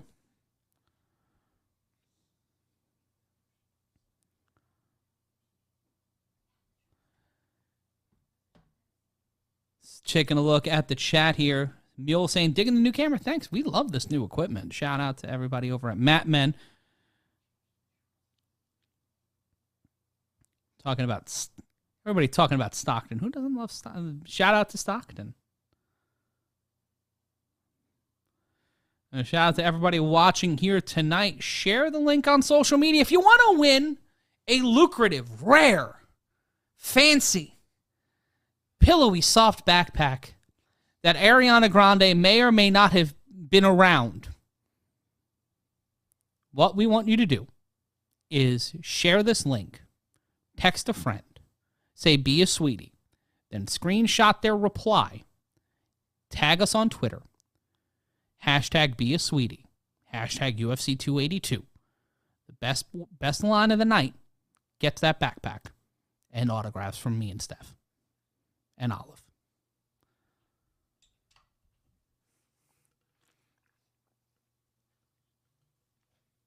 Also, we'll do. Can we ask Andrew to let us finally throw a freak fight card? I'll throw a freak fight card in Stockton. Let me promote an MMA card. Round 3. We were begging. Oh, you know I've been he's down. begging. I've been begging for years from our old employers to give us a freak fight card. Now that we're here, I want my freak fights. Left hand to the body by Ponzinibbio. I just want the money that we earned for that Paul fight from him. But, whatever. Yeah. Over Shout 10 out. grand. Not like we deserve it or anything. Thanks, guys. No. Hundreds of thousands of subscribers, but building that channel. But 416. But no, they took care of us. So did my mom. Left hand by Morono. That was the joke. Push kick. Ponzinibbio left-right combination. 3:57 left to go in the fight. Leg kick landed by Morono. Cody is not cool. Left hand by Ponzinibbio to Morono. 53 of 131, 40% strikes by Ponzinibbio. 27% by Morono. Ponzinibbio got caught on the jaw, and he got a little bit of that rubber band legs. He almost matrixed himself. Right hand by Morono. Ponzinibbio on his bicycle. He is running away, trying to avoid Morono, trying to stay alive in this fight. 327 is hard. A long time to stay on your back foot after your chin gets checked. Overhand left thrown by Ponzinibbio. Uppercut thrown, and now that blood's starting to flow again. Left hand thrown by Morono. Overhand left. Ooh, straight left thrown by Morono.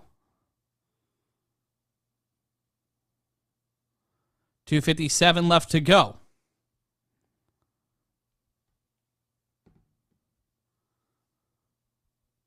Tweet at Andrew Zarian. Let him have his freak fights. Punch to the body blocked by Morono by Ponzinibbio. Overhand left missed by Morono. Upstairs, downstairs, left-right combination. Ponzinibbio lands a right hand to the jaw. Morono is down, right hand, and this one is over. Santiago Ponzinibbio lights the lamp in the third round. He almost got knocked out, but he said, no, I'm going to knock this motherfucker out, and that's what he did. What a fight.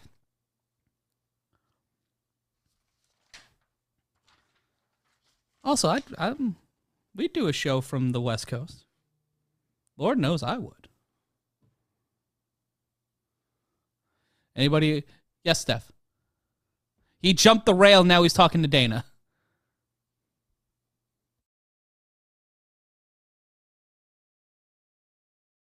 That was a TKO. The ref stopping that one. If they not call it a knockout, it would be fair, but the ref stopped it. I think that's a TKO. Let's take a look at the replay here. There's that overhand right. And then that one last, that got him right in the fucking ear.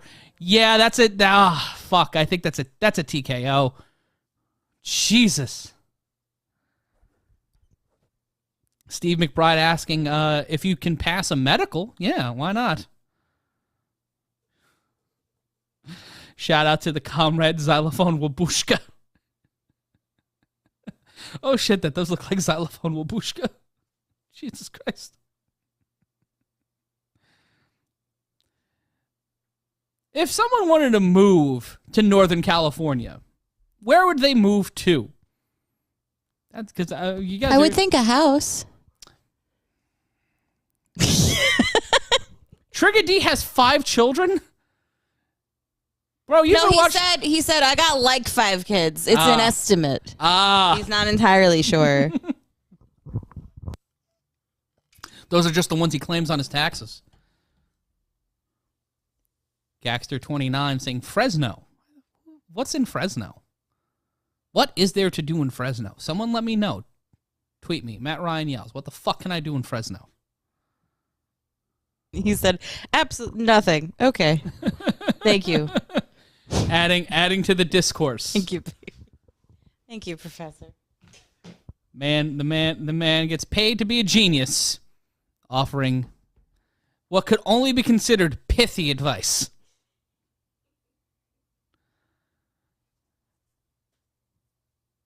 A good fight card. I was complaining about this card at the start of it. Trigger D. Grow potatoes and smoke meth. Both of those speak to different instincts inside of me that I don't want to discuss.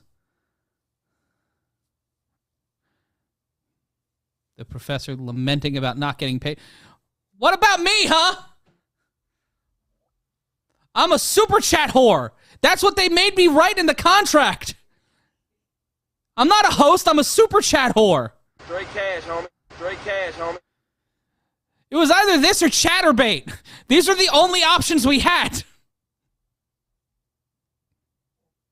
I know, Olive. I know. She's so upset. I'm sorry, Olive.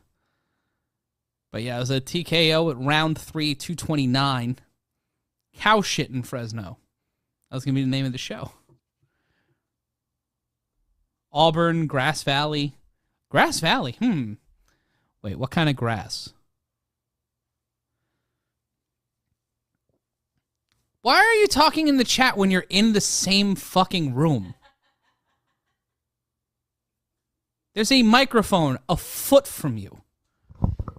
It's like Stephen Hawking. You know, he chose to speak through a microphone, right? No. He chose that. That was his choice. He had absolutely all the options in the world, and he chose to do that. Young Ed taxes. Haha, I'm from New York, bro. And I worked in New Jersey, so I got the best of both worlds on that. So I taxes pa fungu taxes. Good Lord Almighty. Thank you so much for joining us here tonight. If you have not already subscribed to this channel, what are you doing? What are you doing? Hit the like button, hit the subscribe button, ring the notification bell so you know every time we go live. This is where we're going to be from now on. Unless someone throws us a train full of money. Like, we need the whole money train. Just give me the money train. Give me the train from Money Train, and I will go to your platform. We'll bring the show to the platform. We'll take MG, we'll take Andrew, we'll take Rich, we'll take Suncast, we'll take everybody. Has anybody seen Money Train? I've never seen it. I just know it exists. Is there a day that goes by that I don't think about starting an OnlyFans and how I'm aware that it would be very profitable? Yes. For a very niche audience. I don't know what you would do. What would we do with all those cakes? It'll only be part of the videos. I know, but what do we do with after? You can't eat them after that. You can't do that and then bring a cake out and say, oh, here's a lovely cake for you. Oh, why is it small? Oh, no, I can't do that. That would be I think that'd be a very lucrative side business. Yes, but then there's just going to be cake around that we can't. Then you have to go to the garbage room every day and explain that. And there's Dave Portnoy and Big Cat from Barstool Sports dressed like Ric Flair. And there he is. Maxwell Jacob motherfucking Friedman. Hey, he's so nice. And Holly Holm. That was just a random triumvirate of a quadrant of people. The two dudes from Barstool, the AEW World Champion, and Holly Holm. Imagine that car ride. That would be a weird... What's the weirdest car ride you think you could actually enjoy with people? There was a real one. I believe it was Michael Jackson, Elizabeth Taylor, Marlon Brando, and that was a very real car ride that happened. And there was after 9/11, and there was a made-for-TV movie about it. Yes, it was a British TV movie, wasn't it? Yes. Did a woman play Michael Jackson? No, it was a guy, but I think it was British. Oh, okay. I believe so. I don't know who played Brando. Paddy Pimblett's last 5 fights, 3 by submission, 2 by knockout and TKO. And he's fought twice so far this year. This would be his 3rd fight of the year. His most active year since, I believe, joining the UFC. Raiden Thacker, that's just a disturbing thing. Why would you make me think of that? Why would you put that in my head? And there's Ronda Rousey on television. Okay. It's weird. Is she mad about being defeated? Yes. That's what that looked like. Is that fucking... Oh, I thought that was one of the guys from... Oh, what the fuck is it? Epic Mealtime? No.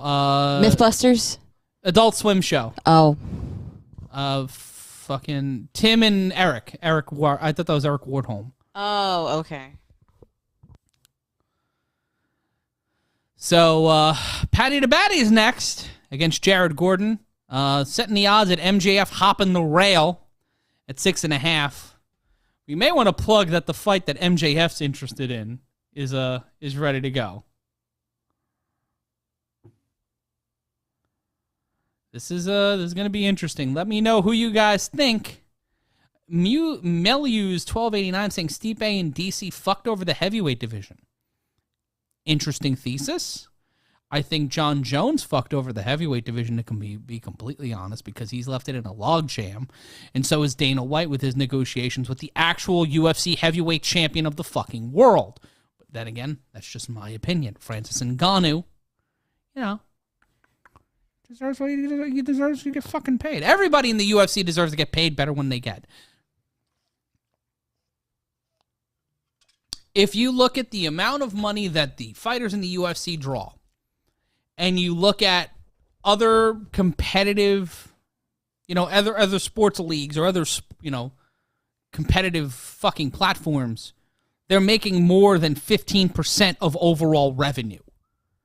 Think about that for a second. If you thought, if the NFL in 2022 or the NBA, the players were getting paid 15% of net revenue, there would be a riot.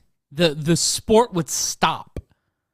But now in the UFC, it's just the way things have been done, and I totally disagree with it. The argument that's been coming up about making money off the fighters, Dana White and Paddy Pimblett said that people like Ariel Helwani make money off the backs of fighters. Well, so do promoters. So does everybody in combat sports. So does everybody in sports. You really can't say that about one person. Can't say that about the aggregate without saying that about the whole. Everybody in combat sports makes money off the fighters. The fighters are the economy. They are the product that that are being sold. My job is to talk about fights that are happening on a screen and tell you about them. They are the economic driver. They are the engine of the sport. So you can't really say that people get paid off of the backs of fighters and that promoters don't. Like, they're not there for the goodness out of their hearts. They're there to make money. And I'll get off my high horse in regards to that. But I just find that to be a little, Ariel gets criticism sometimes that's deserved and that everybody in the media deserves to get, because that's the job. You're a public person. You state your opinions. You put your thoughts out there. So you might as well, that's going to come with it. But to blame them for the entire platform you're on is a little fucking ridiculous. And the Mets signed Singa? Let's fucking go! Mets 2023. That's it. The Mets have signed one of the best players in Asia. The Mets don't, oh God, but if it's a Kaz Matsui again, I don't want to do it. 5 for 75, that's not bad. 5 for 75 is good money. How much did we have to pay his team? Praise Batman. Derek Spino, it's Ariel's attitude. Yeah, Ariel has, for good or for bad, has earned the right to have an attitude about things. And they're giving Paddy the entrance. They're giving him the superstar entrance. Do you guys think that he deserves it? Now, he's a good fighter. He's a great fighter. But is he ready to be a top guy? Is he a top guy? We don't know. And we're going to have that answered.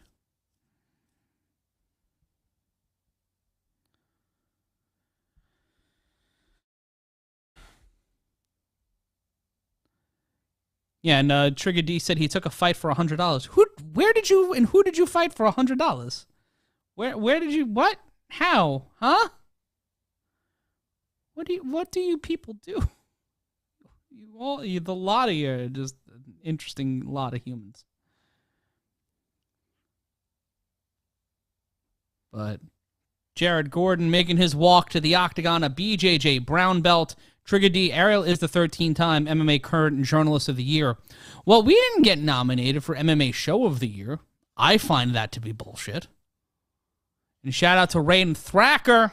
Straight cash, homie. Straight cash, homie. Straight cash, homie. Donating $4.99 Straight cash, homie. to the cause. Trigger D fought some dude at the San Jose Fairgrounds. Jesus. Some carny stuff. Sean Bowser, you guys, Seattle is going to be a problem this year. I thought you guys were going to go a lot further than you did. Alan loves MMA. I've never met a hype train I did not like. Fair enough. We all get talked into the tent somehow. We all get worked at some point or another. If you like what we're doing and you want to hear more podcasts or predictions or previews and you want to, Straight cash, homie. give us some of that, you can go to patreon.com/Dan A. White. You can pay patreon.com/Dan A. White. Straight cash, homie. Steph, what did I say if we got $100 in super chats? I said I was going to do something, right? Well, I think you should sing a song that they choose. Well, and if you don't know it, you make it up. I'm always partial to that. If you donate $20. Yes. If you donate $20 to the super chat, MG, how much have we made? Let me know. Trigger D saying, bro tried to give me 80 in a big ass bottle. A bottle of what though? That's the important question. No, an ass bottle. It's a bottle for your ass. Tried to give my man a colonic.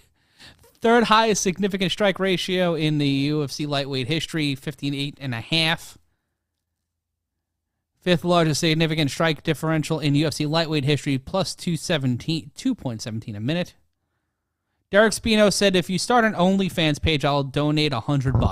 Motherfucker, I am worth way more. Is he talking to you or is he talking to me? Oh, you? Yes, 100. All right, am I starting an OnlyFans then? What would you do? I don't know. The same shit I do on Patreon? But show nip? Is that what I do? I don't know. It was a bottle of Jack. A big ass bottle of Jack. It's an ass bottle. Sean Bowser saying, sing a Steve Miller song. Donate $20 to the super chat and I will sing a Steve Miller song. There are people in Paddy the Batty wigs. Like, I feel like they're trying too hard with this. Well, Derek wants me to sign up to an OnlyFans. Well, you know what, Derek? Sign up to the Patreon, patreon.com/Dan A. White, and I'll do a photo shoot. I'll do a salacious photo shoot if you donate over $100. I will take those photos. I'm a very good photographer. I will take them for you. I don't doubt that. Take them here on the set. Not going to lay on the table, though, because it'll break. No, it's made of glass. Yeah. Please don't do that. Paddy to Batty holding up a forearm sleeve that no one can really read. Looking like a young Tweety Bird. Like, he's got that Owen Hart face where he just looks like Opie from Opie and Anthony. Tweety Bird. Or just... That's who he looks like. Yeah, he looks like Greg Hughes. Some people call him the Space Cowboy. Some call him the Mustache of Love. It's a good one. Sean Bowser predicting Paddy's going to submit him in middle of round 2. It's 11:49 and we're at the co-main event. We're on a good little run here. All stoppages so far tonight on the main card.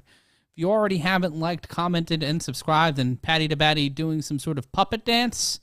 Is that the dance from It's Gonna Be, which one was the NSYNC video with all the puppets? It's going to be me?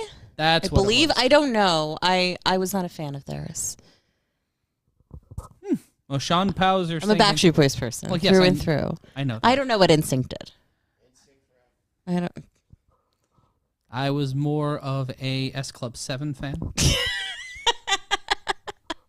And the people who were you a fan of 5? That's what I was. Yep, I was. Yep. Number 5 IVE. Yes, exactly. O-Town was one of them, yes. Yes, 2 of them are dead. Jesus, really? To review, there were 3. PJ Simpson, home. LFO, yeah. LFO. 2 of them died of cancer. No, I'm wrong. LFO, yes. O-Town. I have no idea what happened to O-Town. I mean, I wouldn't be surprised. They were making the band, Maybe right? 2 of them were. Yes, they were.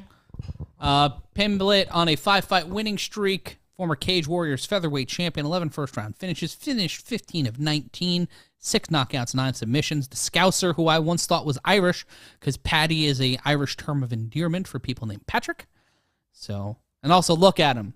He looks Irish.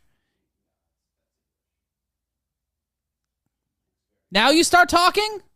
Now you start talking? No, yeah. He looks like a Dickens character. You know what? You're right. This was just before I got to watch him enough. Lisa. Wiry. So are they selling these wigs at I hope so. the arena? Or Paddy's just selling them out of the trunk of a Toyota Tercel. Raiden Thracker saying 5 fights over nobody. This is his toughest test.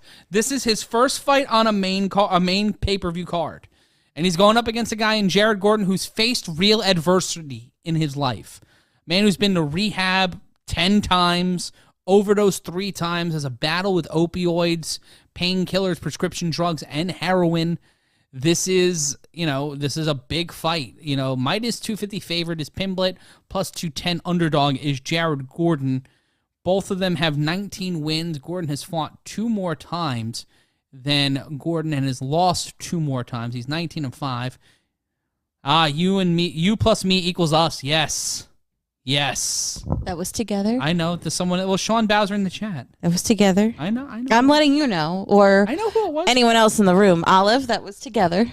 Take a look at the tail of the tape. Pimblett 27, Gordon 34, 5'10 to 5'9. Pimblett with the height advantage. 156 pounds for Pimblett, 73-inch reach for him. 155 pounds for Gordon, 68-inch reach for Jared Gordon.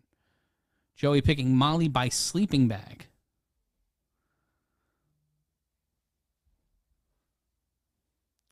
Don't know the information on Jared Gordon's rank.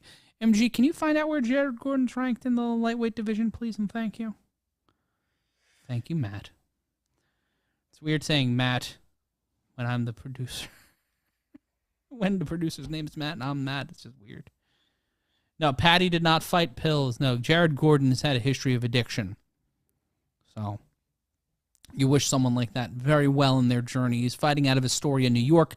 Queens-born boy, standing at 155 pounds, 5'9", a plus 210 underdog. Could be an interesting parlay. I picked Paddy Pimblett in my article on patreon.com/Dan A. White. That's patreon.com/Dan A. White. Straight cash, homie. Greg Kilborn, not Craig Kilborn, but Greg Kilborn, who I think is the opposite world, the bizarro of Craig Kilborn. Would it be weird if there was like an opposite? Well, who is the opposite world Craig Kilborn? Is it Rich Eisen? I think it's just Craig Kilborn himself. Have you seen him? Fair enough. Big Minnesota Timberwolves fan. Paddy by Gene Shalit critique. The wigs are just weird. They look like the wigs Pierce Hawthorne's dad wore on Community, but those were made of porcelain. If you're just joining us, and my name is Matt Ryan, Stephanie Sotillian, the professor on the other side of the fake glass, alongside Olive the Fat Baby, and running the zeros, ones, and the occasional 17 or 38 is MG Geek. We're live on the Matt Man Podcast channel. Round 1 begins. Pimblett standing in the center of the octagon. Gordon circling around. Both men go for a leg kick. Head kick attempt by Pimblett does not land. Steps inside, left-right combination from the Englishman. Trying to put some pressure now. Both men standing. Oh, left jab thrown by Pimblett. Head kick checked by Gordon. Oh, Gordon can't hold on. Tried to go for a push kick. Could not pivot off that left ankle. That is not... Ooh, a solid overhand left, though, thrown by the New York native. Kick to the knee by Gordon. Low kick by Pimblett. 4:13 left to go in round number 1. Circling the octagon. Both fighters, Gordon's back near the fence. Left uppercut thrown hard by Pimblett. Gordon finding a way to check it. Left hook thrown by Gordon. 355. Punch to the body into the pectoral area by Gordon. Landed the right, did not land completely the left. Left jab landed by Pimblett. Overhead kick by Pimblett. Low kick by Gordon, followed up by one by the Scouser. Overhand left into a right hand, missing on that one. Head kick missed by Pimblett. Into the center of the octagon, tried to kick out the knee of Pimblett, did Gordon.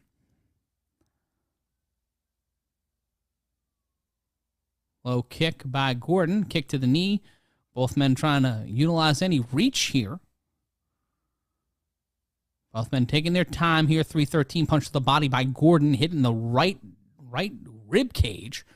And a left hand. Ooh, just leading with that right to the ribs, trying to go upstairs with the left. So it's downstairs to the right, up to the left for Gordon. That's the combination that he thinks is going to serve him well. Low kick by Gordon. Overhand left into a straight right. And overhand right landed by Gordon. Straight left missed by Paddy Pimblett. Leg kick. Ooh, and a solid left by Gordon does not land to the jaw of Paddy Pimblett. Straight left thrown by Pimblett. Overhand right, straight. Ooh, solid combination by Pimblett.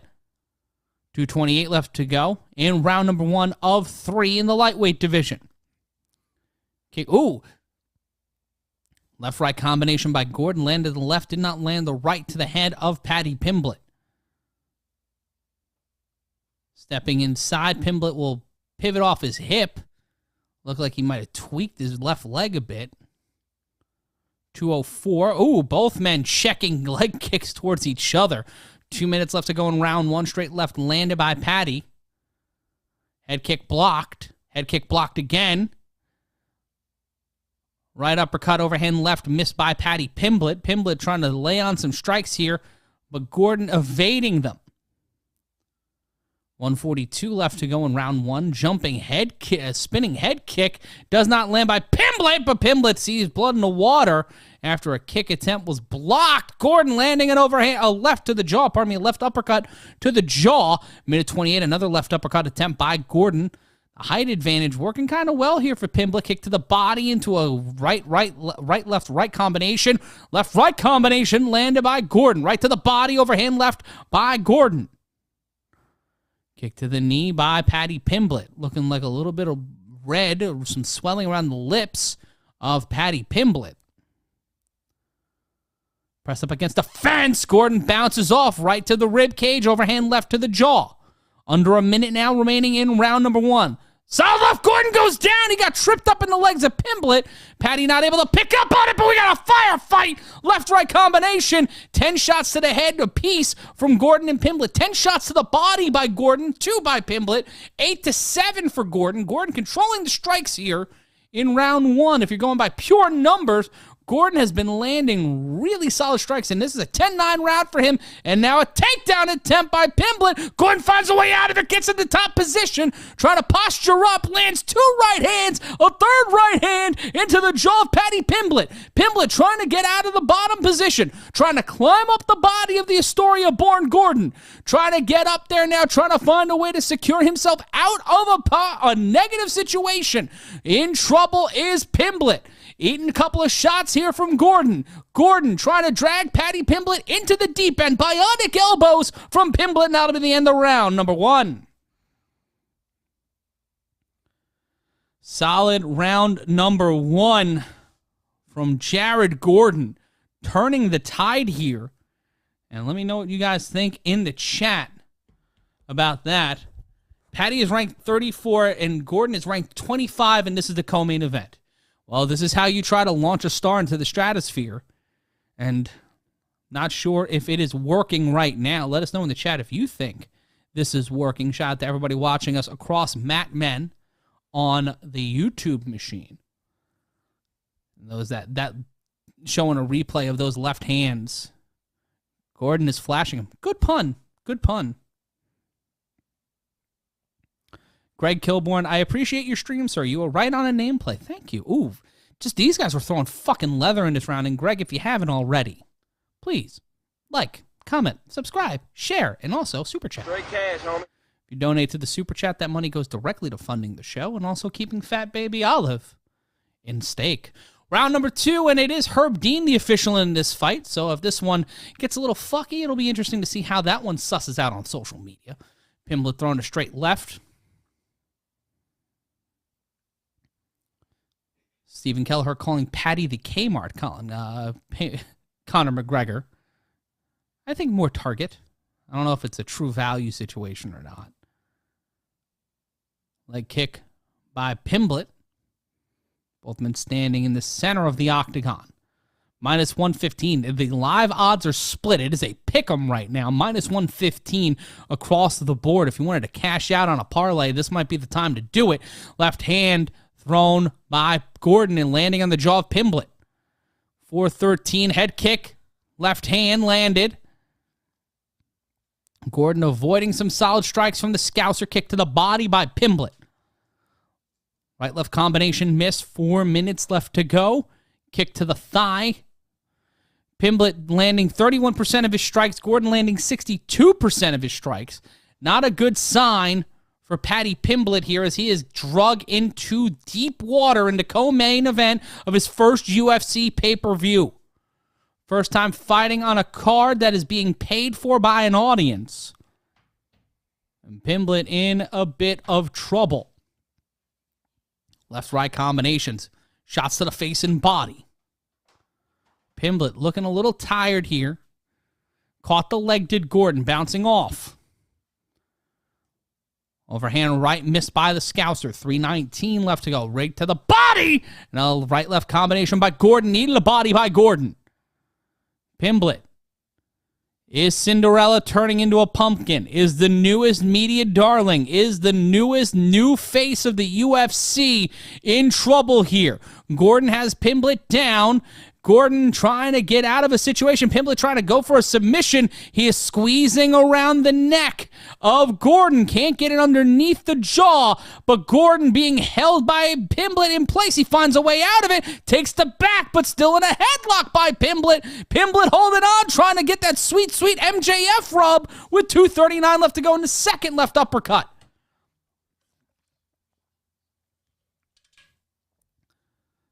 Punches, wild punches by Pimblett. Paddy trying his best to keep the cash machine flowing here. Also looking like a British Von Erich. High knee. Both men in a clinch now. Wrapping the arm around the shoulder is Pimblett. Being picked up by Gordon. Now locked up. Knee by Pimblett. Gordon throwing a left hand. 2 minutes left to go. Stanley Franklin, you're not wrong. Left-right combination. Gordon getting Pimblett on his bicycle. Kick to the body. Left-right combination by Pimblett. Trying to find some sort of room. Left hand thrown. Hard left hand by Gordon. Another one thrown and lands on the jaw. 95 seconds left to go in round number 2. Left-right missed by Pimblett. Gordon pushing back. Straight left jab landing, and it looks like the nose of Gordon is gushing some raspberry jam, but an overhand right! Another solid right, and pushing Gordon up, pushing against the fence is Pimblett. Gordon now pushing Pimblett up against the octagon.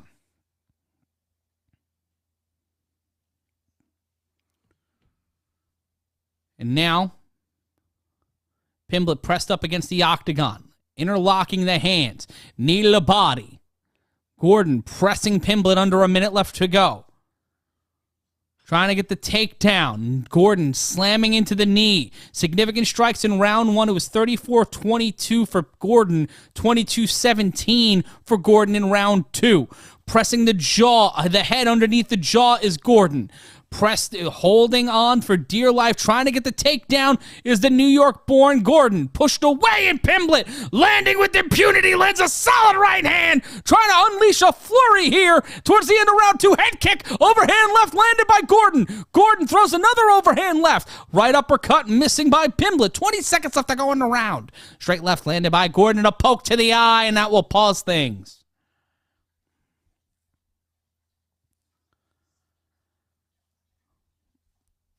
And Gordon will take a break, go to a neutral corner, and that is a great opportunity for Paddy Pimblett there to get a bit of a breather, get a bit of a reprieve. It was a big flurry with under 20 seconds left to go in the round.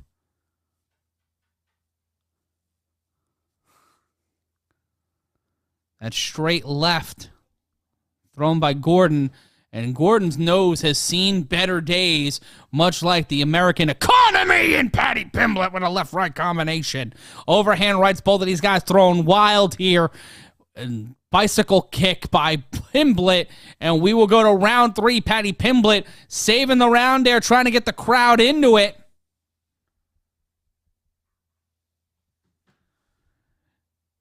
And this crowd into it, people thinking that Paddy Pimblett is winning this fight right now. I have it 2-0. You can give Pimblett, if you're a judge and you're trying to skew it, you can try to justify giving Pimblett that round. But for me, Jared Gordon has been winning this fight, even though it doesn't look like it with his nose. Pimblett got laced up in the early part of round 1. And when you take a look at the advantages, and when you take a look at Paddy not being able to really hold him down, Gordon's been able to control the pace and rhythm of this fight. And I think right now, Pimblett's got to get a stop. He's got to get a submission. He's got to get a knockout. It's the only real opportunity for him to win this fight. But yet again, it's mixed martial arts. It's Las Vegas. Let's see what the fuck actually happens. I'm Matt Ryan, joined by Stephanie Sotilli, the Professor, MG Geek, and all of the Fat Baby here on Matt Men. Thank you so much for joining us for our first time here on the Matt Men channel. If you haven't already, rate, review, and subscribe, and donate to the Super Chat. Great cash, homie. Low kick by Pimblett to start things off in our third and final round. Gordon inching closer and closer to the Scouser. Kick to the leg. Right to the body. Pimblett pressed up against the fence. Gordon trying to go for the takedown here. Wrapped around his legs like a child that doesn't want to go to kindergarten and their dad is leaving for work. And Pimblett eats the canvas. Goes just head first, forehead first, into the octagon canvas. Pimblett now a plus 100 underdog. Gordon a minus 130 favorite.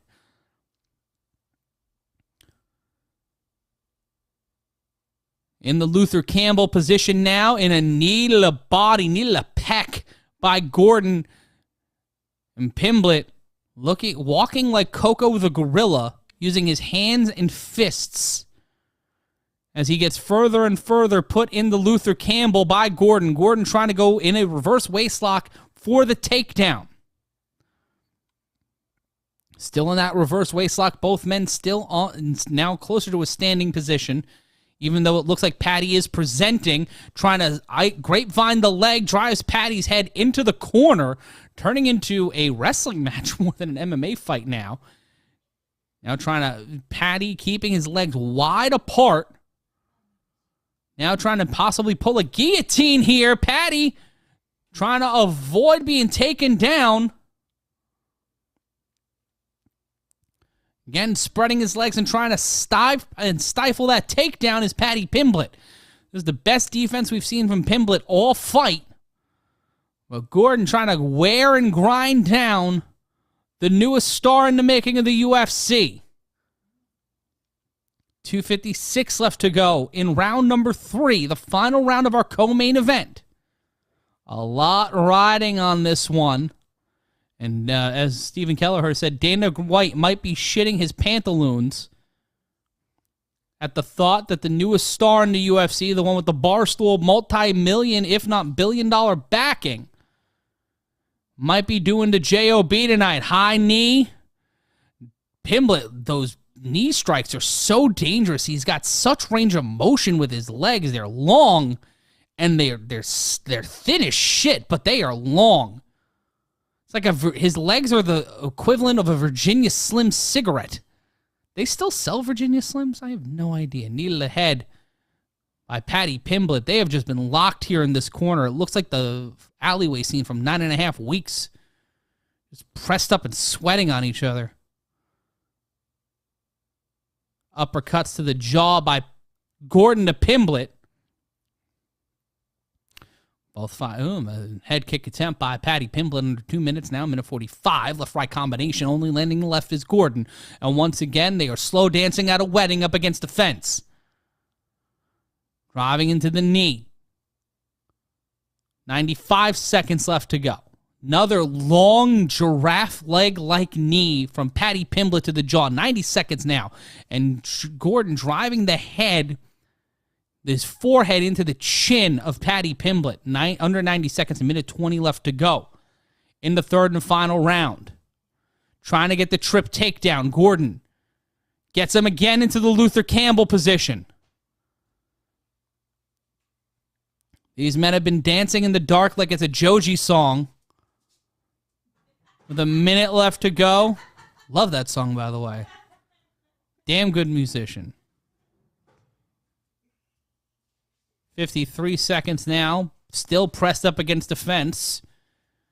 Tried to go for a judo throw. Did Pimblett. Now he's on the ground. Gordon has the back. Gordon has Paddy Pimblett's back. Is this the fight we're going to see? A decision?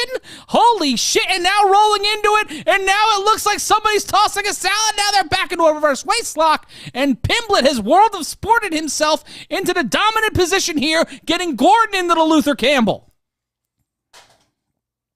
24 seconds now left to go in the third and final round. And just like that, Joey says, Paddy's going back to his DoorDash gig. Ariel is 100% playing Hit 'Em Up right now. My favorite diss record of all time. Again in the Luther Campbell, trying to backpack in the final seconds is Paddy Pimblett. He's not going to get a submission, but will go to the scorecards for the first time tonight. Both men will show each other some respect because they both gave each other a little bit of a concussion, and both of them will go to the scorecards. And I think Jared Gordon got the win. Paddy Pimblett showing off his mouth guard that has something on there. Trigger D, sorry Dana, but my dog just took a massive shit on the canvas. Thank you, Steve McBride, for the compliment. Steve McBride, kick him in the coccyx. Portnoy's about to shit his pants. This kid's got less ball than Bryce Mitchell. Jesus. PJ Simpson. Straight cash, homie. Straight cash, homie. Straight cash, homie. Donating $10 to the cause. Straight cash, homie. And if you like the show, you can donate to that. And you can also, for $3, just for $3 a month, you support us here at the program. And we give you a shout out every single time we are live on the program. Young Ed, Ariel, this is Paddy. Paddy who? Every time they try to do you think they work it so they can pull off this MJF angle? Because I'm starting to feel like they may wizark it. This could be the the night where we see a blatant work. Are you saying this was rigged? I ain't saying shit. Are you saying this was rigged? I'm just saying the UFC is under gambling investigations now because of what James Krause did. And if that's the truth, if they're the one, if he's the only one who's ever done that, and it's not, been done by quote-unquote other people, yeah, no. Number 25 beat number 34. Good one. Let's go to the official scorecards here. You think it's an if-and thing, Mike? Match it. It's okay. I have a face. You know what I mean? I have the face of a mic. Let's take a look here. We go to the scorecards for a decision. All three judges score this one. 29-28 for Paddy Pimblett. What the fuck? In what fucking world is that 29-28? They gave him a round? Pasfango. Work. You know, as the great poet laureate Rihanna once said, work. Or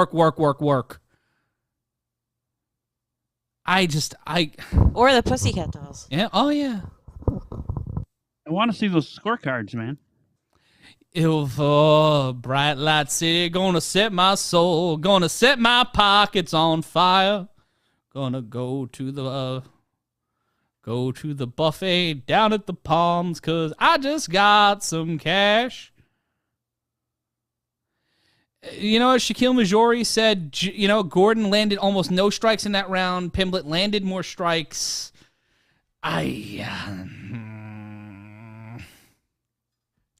You could give him round 3, but I don't know. That was inconclusive. That was fucking conclusive. Trigger D saying spray painted James Krause was here. James Krause says hello. What the fuck? Stanley Frankel, we've trusted your commentary, Matt. LOL. Thank you. Dana, don't shit his pants. Hopefully you guys have agreed with my Triggedy hit him up, screeches to a halt. Do you mind if we dance with your dates?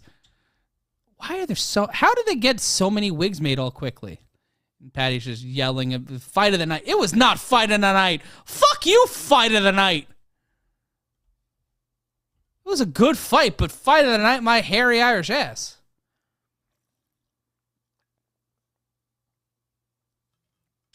That's well, that was a fight that happened. Steph, do you want to read some chats so I can get up for a second? Yes, sure. Hold on. All right. Let's see. I mean, a lot of it's about what we just saw, and as you know, I am a very I'm an expert. They didn't want me for the UFC because I knew too much. I made Dana White look unintelligible about his own company. That's not hard. So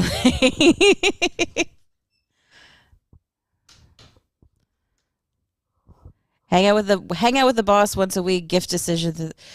So I have a question for all of you as you're watching it. A very simple question. How long have you been watching MMA? Not UFC, but just the sport in general. How long have you been watching it?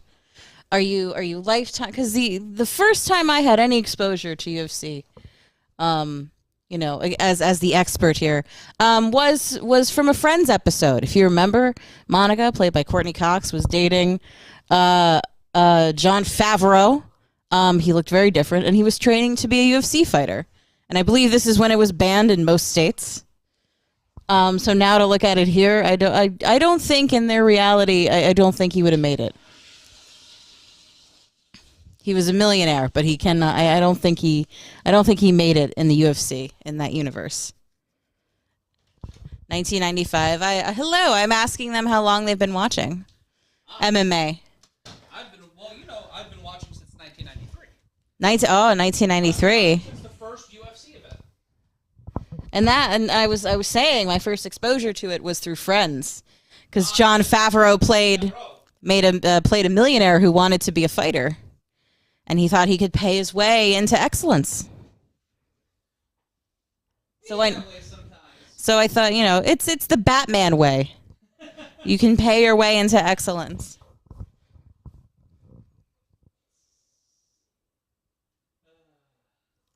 We have a lot of people have been watching this for many years. 93, 95. Somebody mentioned they were watching on VHS tapes.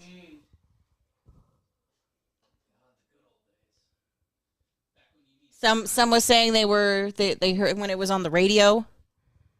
Ah, yes, back in the day when the Ultimate Fighting Championship existed only on the radio. I know, I was being sarcastic.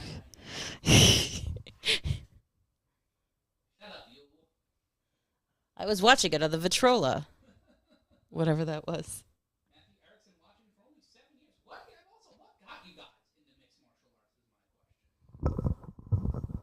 I also had my mic off like a dickhead. Oh, your mic's back on? Yeah, my back's... All right. What did you say? Hold on. I was asking how'd you guys get into MMA? What was the fighter? What was the fight? What was the thing that got you into MMA? The thing that got me initially into MMA was the first UFC. Watching it at a apartment of a friend's house when I was 3 years old. No, I was 4 years old at that point. I was 4 years old. And it's also the same summer I saw Lex Luger body slam Yokozuna on the Intrepid. It was a big year for me. Big year, 1993. What got me back into it again was The Ultimate Fighter, airing after Raw. Trigger D, my first MMA fight was Mitch Blood Green versus Mike Tyson. Yes, outside of Dapper Dan's. Yes. Steph, you ever hear the story of Mitch Blood Green versus Mike Tyson? No, I thought he made that up. It Nope. sounds like it's from a video game. Mitch Blood Green was a boxer from New York who was gang affiliated, was a gang leader and a drug dealer. May have been high on the cocaine and went down to Dapper Dan's, which is a very popular New York fashion location in Manhattan, in Harlem, to go after Mike Tyson at the peak of Mike Tyson being Mike Tyson. And Mike Tyson fucked him up inside the store and in front of God and everybody. And there's some great video on YouTube that we may do a reaction video for. Oh, there's a video? Is this like There's no video of the fight. It's a news interview that happened to happen after the fight. And it's just Mitch Blood Green yelling. They don't have CCTV? They didn't have that back then? They didn't did have not, those security cameras? Well, it was like 87, 88. They just didn't. No one took video. There was someone who took photos. Toker 88, when we saw a tooth get knocked into the third row, I was hooked. Was that Taylor Tooley's tooth? That was a fun sentence to say. What's the most memorable fight? I think it's the finals of the first Ultimate Fighter. I remember where I was when I watched that fight, and it's been stuck in my head for almost 20 years. Mitch looked like Ioane and... Yo, Trigger D, you're right. Mitch Blood Green did look like Ioane and Jacek after that fight. Motherfucker had Megamind head. Jesus. Man, this has been a lot of fun. Like, I legitimately was worried about tonight, but seeing Toker, Steven, Mikey Centellin, who's been on the show, who's been listening before, PJ, who's a long time, and a patron of the show, Charlene, all of our normal, all of our consistent fans joining us tonight. That's really fucking awesome. And it makes me feel like we've made the right decision coming here to Mat Men and making that move. Stephen Kelleher, Nick versus Frank Shamrock. Ooh. Oh, guys. We're doing the Fedor fight, right? We're going to do the Fedor fight. Because it's going to be the first time MMA has been on CBS since the Strikeforce riot. And dollars to donuts, there's going to be a riot. So, if you guys want us to call...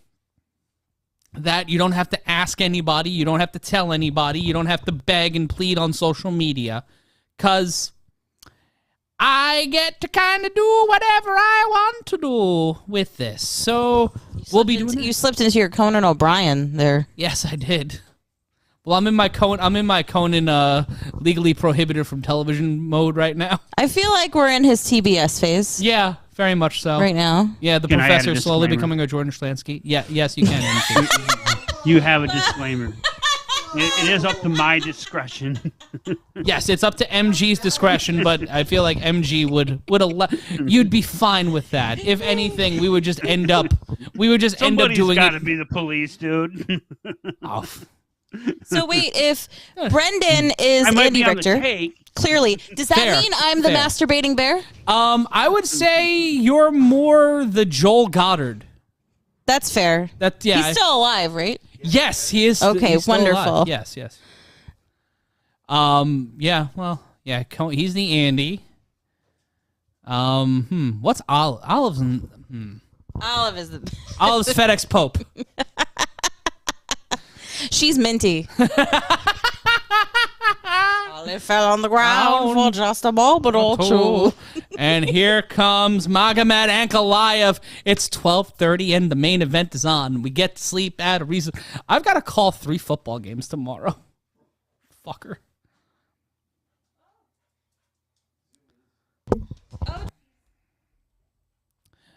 Tiffany, that's on me because I keep hitting. I don't hit her mic off at certain points because when now Olive has got the Zaboomafoops, so that'll be an interesting thing for the main event.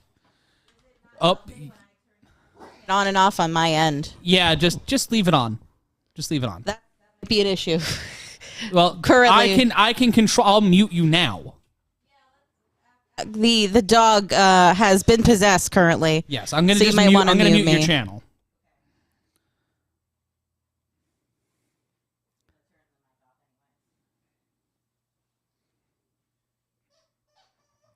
But it is time for the main event. Ankalaev getting checked in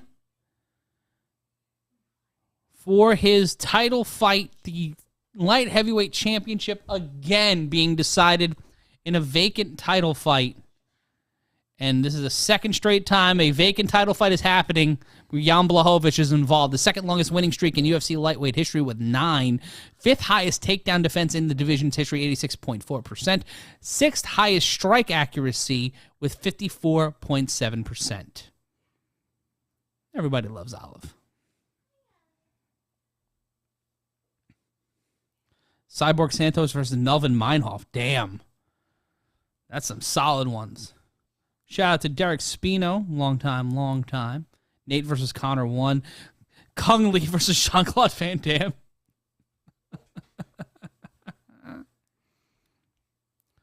But let us know what fights or what things you want us to cover, and MG, if it's okay with you, we'll do them. But if you haven't subscribed to the Patreon, if you haven't subscribed to the channel yet, what are you doing? Also, for the art behind me, Dewey Cox, we've got Don Rickles, George Carlin, and then the great John Candy. Really hate that the first 2 rows, one of them does, about half of them are dead. Now you're on. Yeah. Yeah, Is you're that better? on. Yeah. You have my heart. Well, with that is not George just John Candy. That is a still from Planes, Trains, and Automobiles. Well, yes, but it is John. It is In case they can't see it. yes. But here comes Jan Blachowicz making his walk to the octagon, looking angry, looking steely, looking like someone who is on the Breaking Bad. A big opportunity for him here. Former UFC light heavyweight champion, had 1 successful title defense, was the only man before recently to defeat Israel Adesanya when Adesanya stepped up to 205. That was a couple of years ago. This is his second fight since losing a Glover Teixeira. And this is his 3rd time fighting for the title.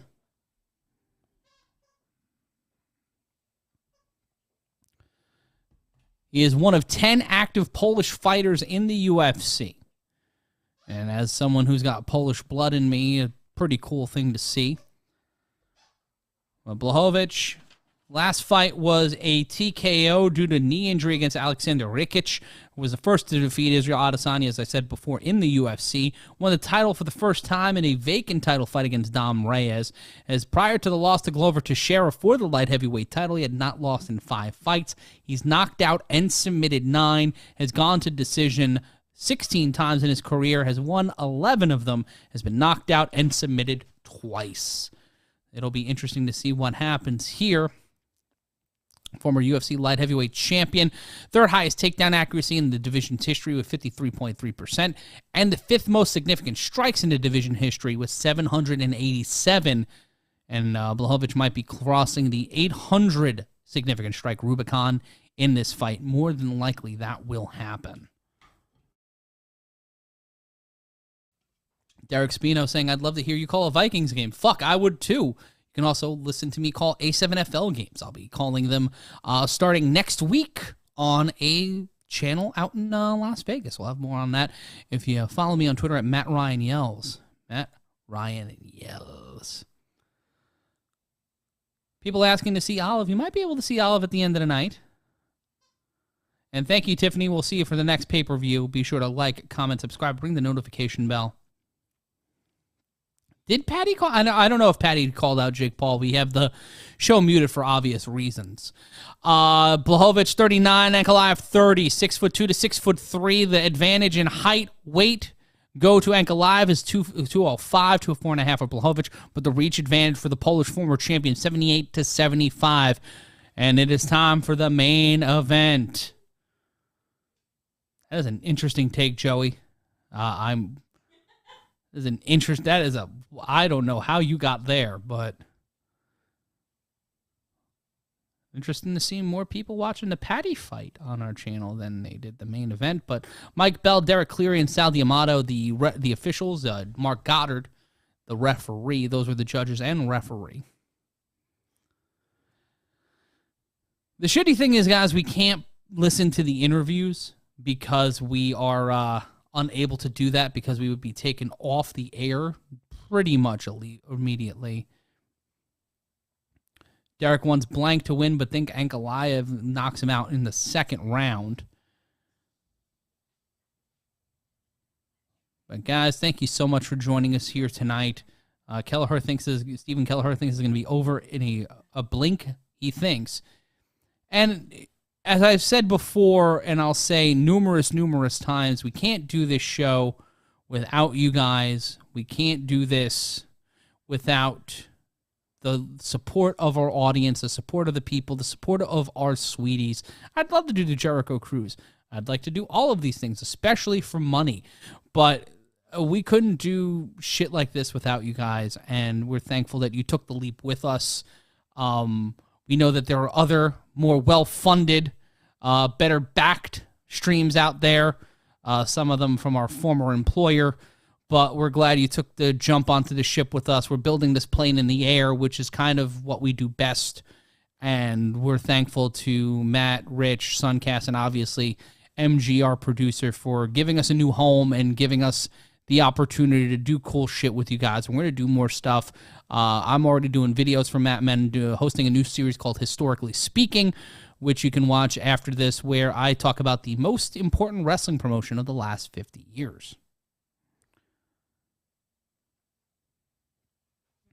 What's going on, Steph? What are you chuckling at? Yeah, you're good. We'll test this later. Just leave that open. I'll mute you myself. Just leave it open so it doesn't crack. I like having control. No, I just someone asked, wait, you don't get paid to do this now? Yes, your super chats and your Patreons pay us. We went independent. This is how we fund ourselves. We had a little help from our friends at Matt Men, but if you guys want to support the cause, it's the super chats that are keeping us going. Great cash, homie. You guys are paying us. You guys are getting paid by bosses. some Mr. Burns millionaire. No, not anymore. Not ever since the incident. Dun, dun, dun. But both men have been introduced, both of them staring each other down. Blachowicz looking confident, Ankalaev looking like a murder man, which is he is wont to do. My thoughts on William Regal, one of the greatest minds in the history of the business, and whatever he can do to spend time with his family and do what's best for his family. And we're hitting a record right now. Never mind. Not that. I misread it. Here we go. Round number 1. The UFC Light Heavyweight Championship. Both men standing in the center of the octagon. Blachowicz controlling the center. Ankalaev circling around, some of that electric football energy. Straight right thrown by Ankalaev.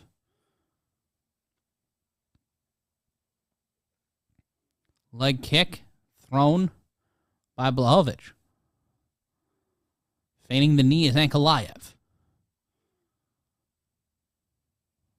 Both men circling.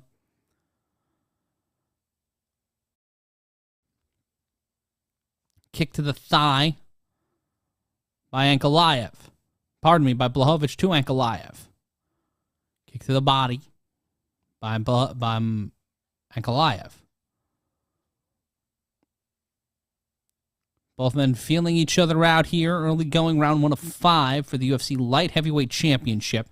Left hand missed by Ankalaev. Straight left thrown and missed by Blachowicz.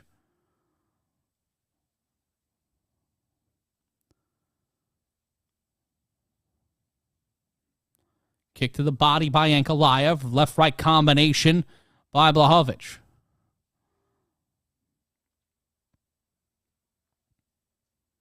Time winding down, 3:33 left to go in round one. Overhand right missed by Ankalaev. Left-right combination getting the upstairs, but not the midsection shot was Blachowicz. Left-right on that upstairs-downstairs. Leading with his left is Blachowicz. Leading with his right is Ankalaev.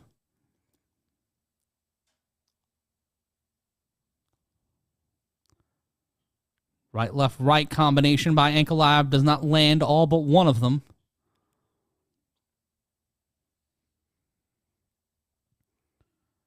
Getting closer to the midway point of round number one. Push kick to the knee by Ankalaev, followed by a kick to the thigh by the former champion.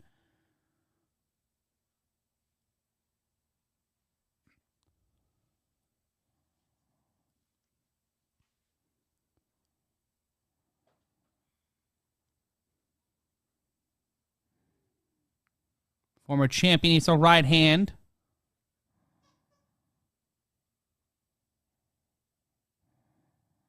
Kick to the ankle by the Polish light heavyweight. Right, ooh, great block by Ankalaev. Overhand right was coming in from Jan.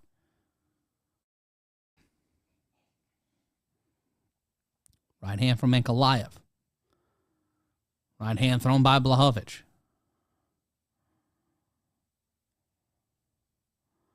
Solid right hand from Ankalaev. His ankle gives out on him. That's not good for the Dagestani. Right hand to the body. Another right hand, that time to the jaw by Ankalaev, leading with his right hand.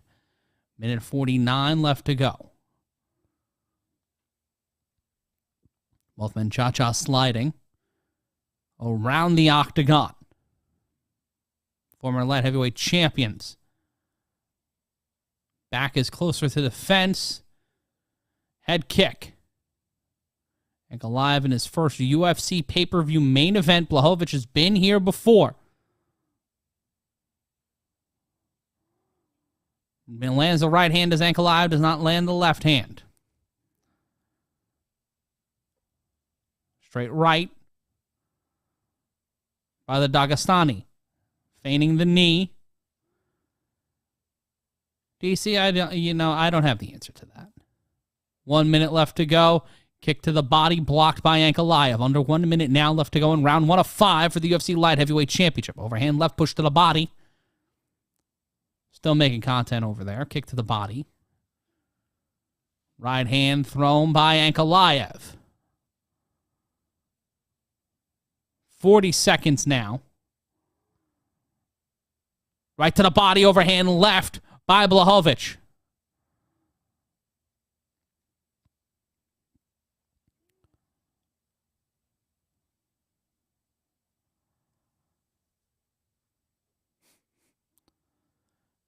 Kick to the ribs. Time winding down here. Push kick by Ankalaev. Thanks, DC. Glad to be here. Glad to have you here. Time winding down in a...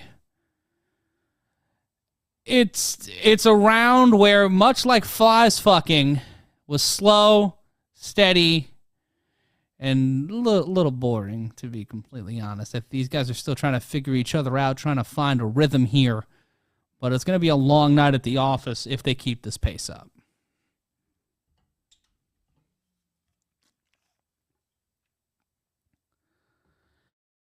I'm Matt Ryan, joining you here on oh wow, I almost said the wrong channel. On the Matt Men YouTube channel. Joined by Stephanie Sotilli and MG Geek, and also the Professor and Olive the Fat Baby. Taking a look at highlights of round one. That overhand left from Jan is pretty solid, and if he would have followed up on the right hand, it was a left hand. Ankalaev slipped to his right. If he would have landed that right hand, Blachowicz, I think this fight almost was over. But it's going to be an interesting next couple of minutes to see how this pans out. And also, if you like what you hear, Straight cash, homie. Straight cash, homie. Straight cash, donate to the super chats. But here we go with round number 2 for the UFC light heavyweight title. One of these guys is going to walk out with the belt.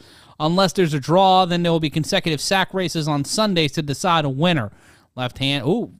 Both of these guys are with the shits now, throwing some wild strikes. Oh, a big head kick there by Ankalaev.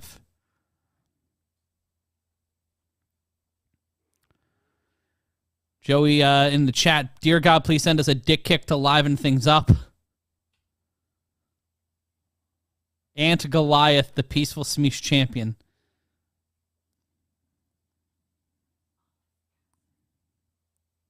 Ankalaev controlling the center of the octagon. Solid right-left combination from the former champion over the hand right in the left uppercut by Jan Blachowicz.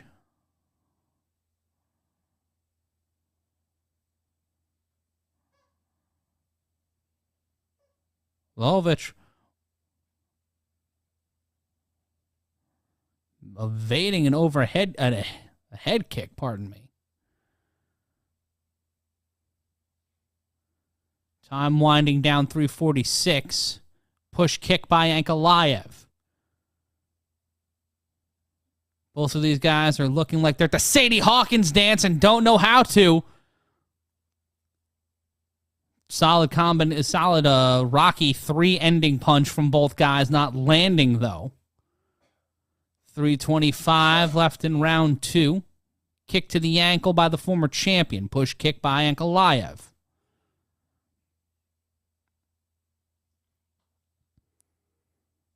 3:13 left to go in round 2. Kick to the ankle by Ankalaev. See what I did there? I think that's a pun. Time winding down in round number 2. This fight going the same way as Slug goes down the street. In my way and salting. 2:50 left to go.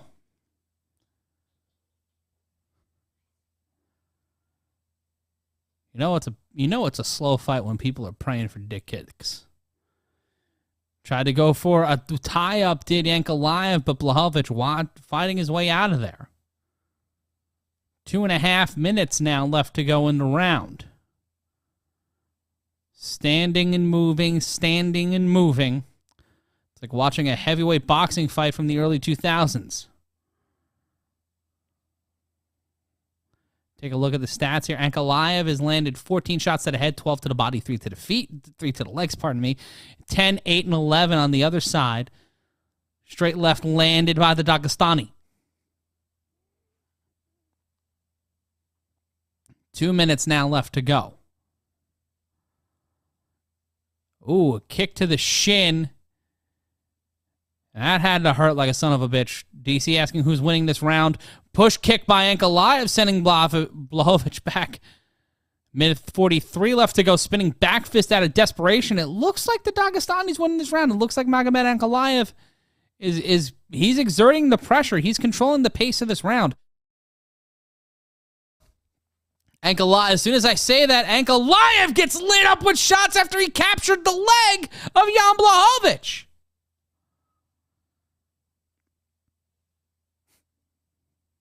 Knee to the body.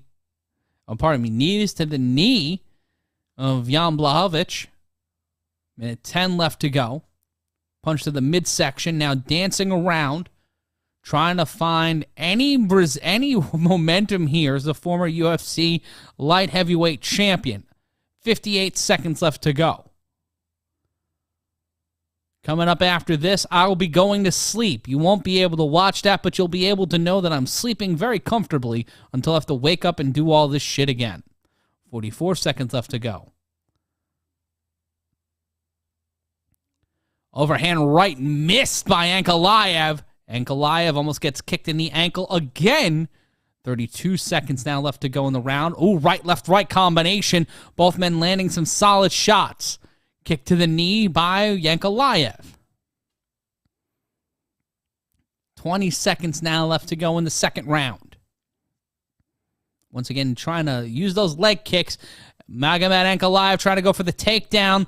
The Polish former light heavyweight champion stifling him, but now pressed up against the fence and eating shots to the rib cage from the knee and the right hand of Magomed Ankalaev, and that'll be end of round 2. This has been a fight. Don't know if it's a good fight. Charlene, I am a Giants fan. I am a New York Giants fan, but I also occasionally root for the Las Vegas Raiders. A lot of good that has been doing me lately. But outside of that, I am... Well, you're a Lions fan. Shut up. Shut up. Hey, Man, we're getting Campbell, like a lot of praise right now. What can I say? Yeah, you guys are good. The Lions aren't terrible. So I'm telling you to shut up. Against a 10-2 team tomorrow. Yeah. How often is Vegas right on that? Riddle me that, Batman. But we are entering the 3rd round of our main event. And this, much like every other great chess match, is long, stifling, and possibly involving anal beads. I can't confirm or deny that. But if you Google chess and anal beads, when you start round 3, speaking of uncomfortable things, going in your butthole. That's got to make the promo. That sentence makes the promo. 20 seconds gone by. Missing with a straight left is the former champion.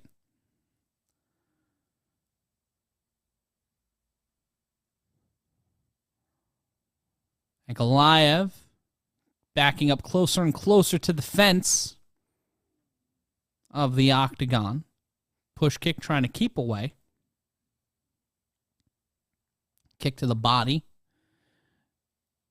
And a kick to the knee. Just trying to keep the pressure here.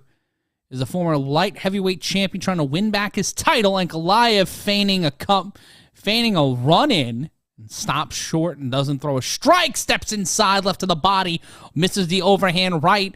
But gets the former champion on his bicycle for just a second. Both men steady but unsure of what they're going to do next. Straight left landed by Ankalaev. Blocked that left hand, did Blachowicz. Right to the left to the body, 2 lefts, and then a right uppercut attempt. 19-22 on leg kicks, 86% by the former light heavyweight champion.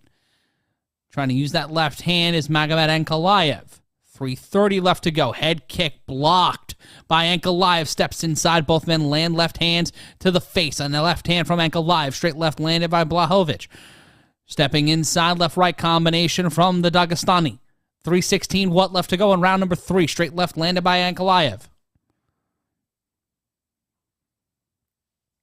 Push kick by Ankalaev. Trying to find something here. 3 minutes left to go, and there's a quick fire fight between the two fighters. Ankalaev getting the better of that one. Both of them throwing straight left hands. Ankalaev got some raspberry jam on the nose. It took them 2.5 rounds, but now they seem to be with the shits, baby. Push kick by Ankalaev. Straight left landed by both fighters. Trying to work that jab. Kick to the leg. By Blachowicz to Ankalaev. Ankalaev favoring that left leg. He's leading with it and then changes his stance. Missing that leg kick to the right leg was Blachowicz. Slipping again into a combination from Ankalaev.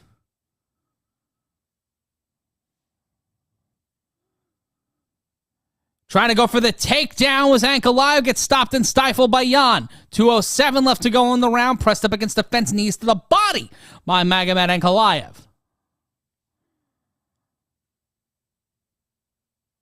Minute 57 left to go.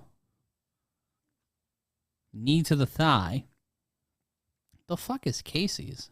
How do they get money to sponsor the UFC Octagon? Knee to the rib cage by Ankalaev. Minute 42 left to go in the 3rd round. Knee to the inside of the thigh by the man in his first UFC pay-per-view main event. Overhand left. by Ankalaev. Ioanni and Jacek saying, let's go for the finish for Jan Blachowicz, fellow Polish fighter. Minute 22 left to go in the round. Slipping away from a left hand is Blachowicz. Push kick by Ankalaev. Now up against the fence is the former light heavyweight champion. Solid combination, but a right uppercut. I'm starting to think I'm watching a Tyron Woodley fight. Oh, yeah, this is Tyron Woodley territory. Right hand missed by Ankalaev. Ankalaev bleeding on the right, on his nose and underneath his right eye. 50 seconds now, trying to go for the takedown attempt. Locked up, knee to the body by Ankalaev, and we got a dick kick. We've been waiting for it. We've been wishing for it. We've been praying for it. But it just delays the end of the round. But a knee to the beans is where we are now in the third round. Hoy. So how's everybody doing? Oh, for fuck's sake. I'm trying, guys. I'm trying my best here. Hope you know that.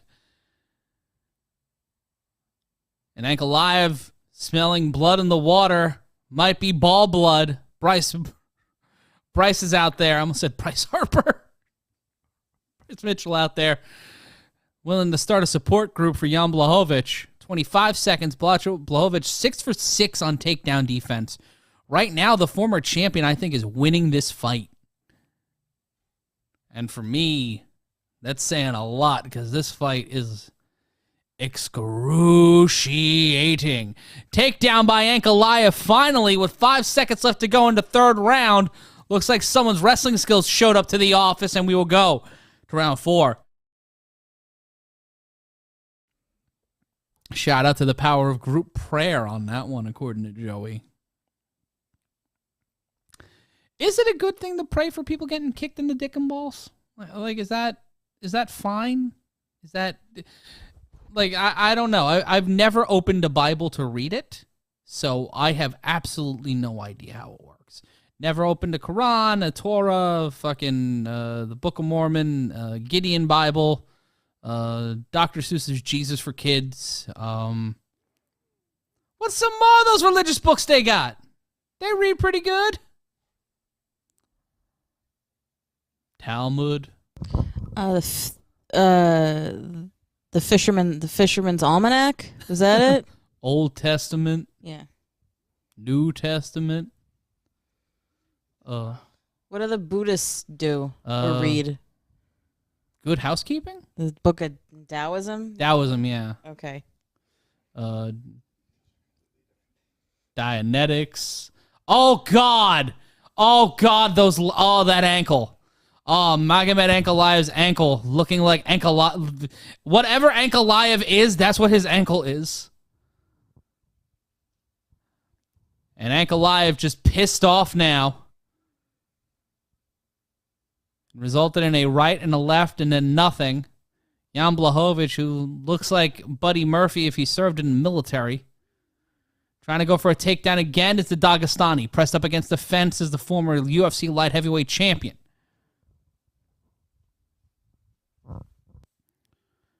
Near the outside of the thigh of the left leg of Jan Blachowicz. 4:20 for all of you who observe, left in the fourth round. Lord knows you'll need it right now. Bhagavad Gita. Oh, that's what it is. Yes, Bob Vila. Bob Vila is the lead Buddhist temple person. He's the lead monk. That's why we haven't seen him in 30 years. 354. Ankalaev just pressing Blachowicz against the fence. Knee to the thigh and then a knee to the body by the former light heavyweight champion. Preceding that was a knee to the midsection by Ankalaev. It just looks like two awkward children who don't know how to dance at prom. Pushed up against the fence, but both of these men could murder me with a stare. I am not stupid.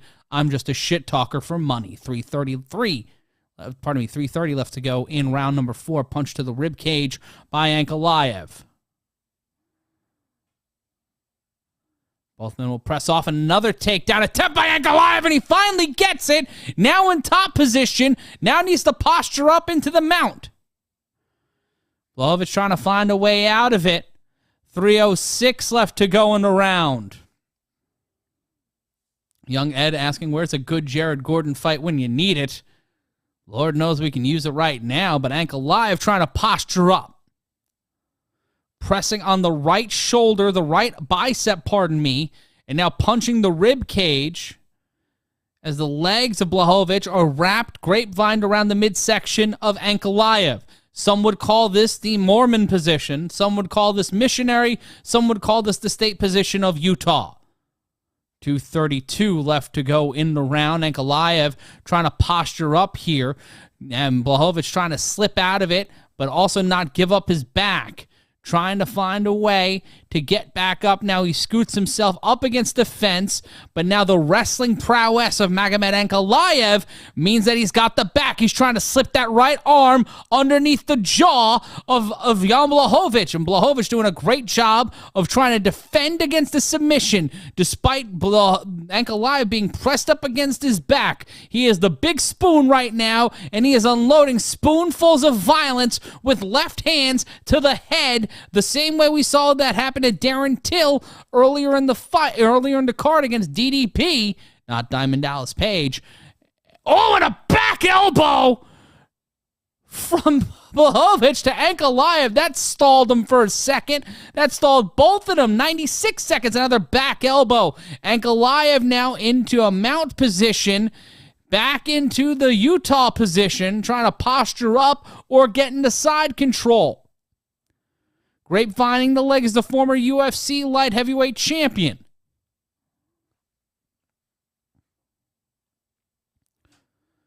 Another left hand from Ankalaev. Minute 12 left to go in round number 4 for the UFC light heavyweight championship.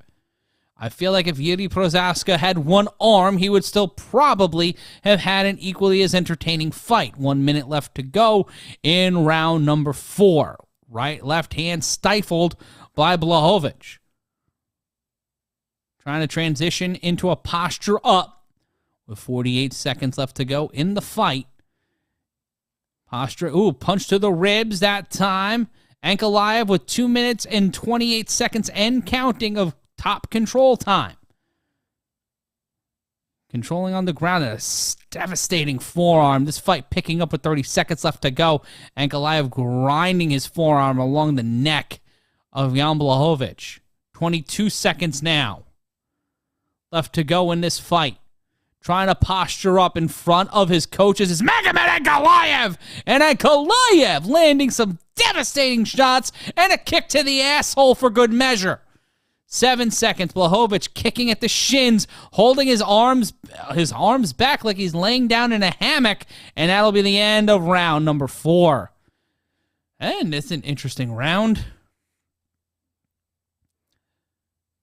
Taking a look at the chat here. Grandma's ankles used to swell.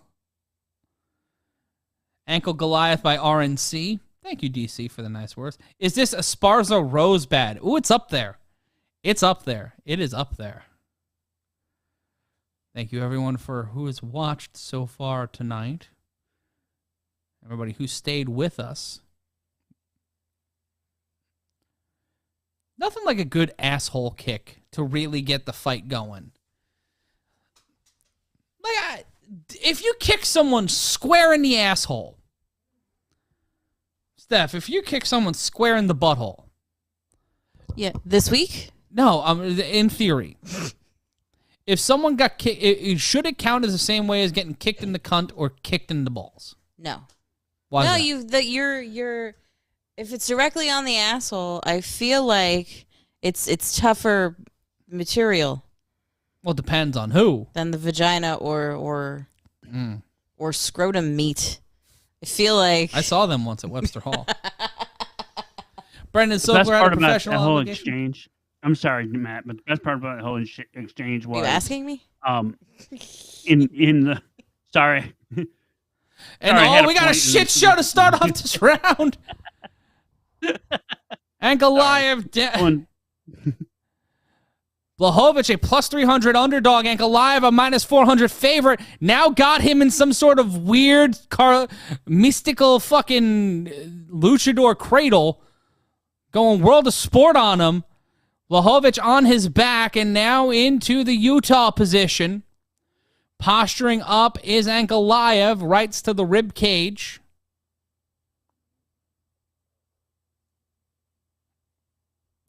People praying for one more ball kick here. Well, the quicker we get this done, the quicker we can all go to bed, folks. 4:08 left to go in the round. MG, you were saying something before? I was admiring Steph's ability to say which one did she kick a booty hole. Yes. Apparently she did more than once. Steph is well regarded for her asshole kicking abilities. It's one of the things that she minored in asshole kickery. Pushing down the body of Ankalaev as Blachowicz, just doing anything and everything he can to just avoid this Dagestani wrestle monster from grappling him to death like a boa constrictor. 3:20 left to go in the round. Stanley Franklin's ex kicked him in the butthole once. How? You know what? Yeah, I don't want to. I do want to know, but I feel like that's a Rubicon you can't go back on. I mostly want to know what he did to deserve it. Yeah, that's true. That's what I want to know. Yeah, you if you're getting kicked in the asshole, you deserve it. Something happened. Something happened. The over-under on taint tappers tonight was 3.5, according to Bovada. Both taint tappers? Yeah, taint tappers. I think they performed at Radio City Music Hall. They opened for the Chainsmokers. And same song as before, folks. It's side control now. Ankalaev wrapped around the body of Blachowicz, and Blachowicz throwing an elbow right into the face of Ankalaev, who's throwing shots with impunity. Take a drink. And 2:25 left to go. Unless something major happens in the next few minutes, next 2 minutes or so, this fight is all Magomed Ankalaev, and we'll see a new light heavyweight champion. It'll be interesting to see if Glover Teixeira or Yuri who Prochaska will face for the title at the end of this. Steven Chapman, someone throw a drill in the octagon so shit can get serious. 2 minutes remaining in this fight. Blachowicz in trouble, eating shots, throwing shots, defending himself, but it's becoming a 5-to-1 shot ratio. Like when you go out drinking with a buddy with a problem, it's 5-to-1. His left hands from hell from Ankalaev as he's pressing Jan Blachowicz with 97 seconds left to go up against the octagon fence. Locking the arm again, trying to posture up and roll through. Now on his back, minute 20 left to go. On his back is Blachowicz, minute 15. Joey saying, hey, if these are the Paddy judges, you never know. I don't know.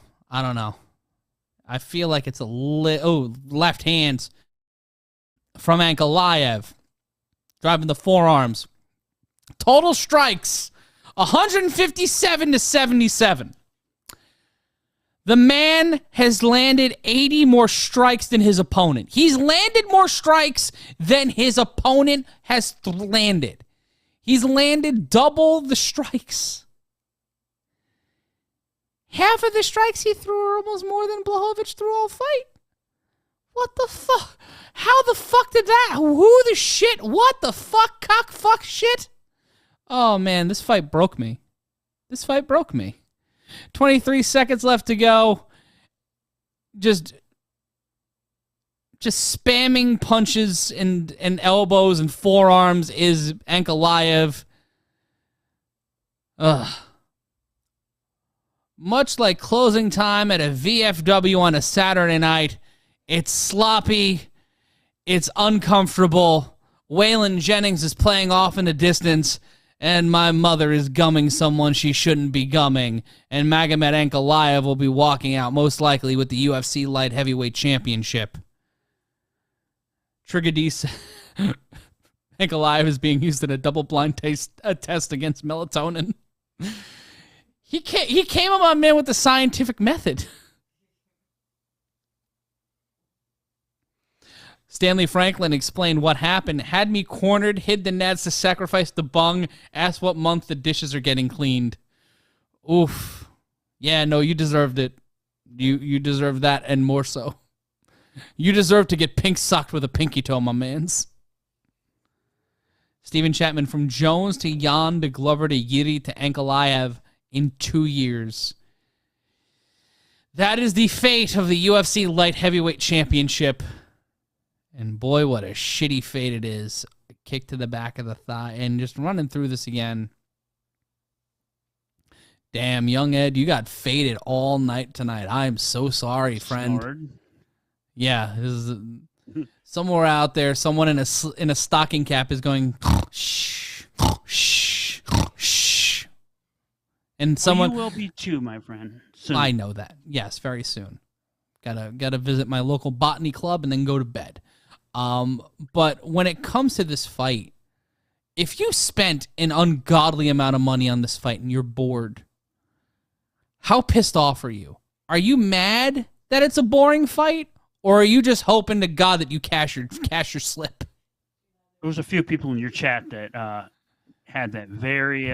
So I don't think it bodes well for them. The professor was not even aware that the fight was over. Oh, damn.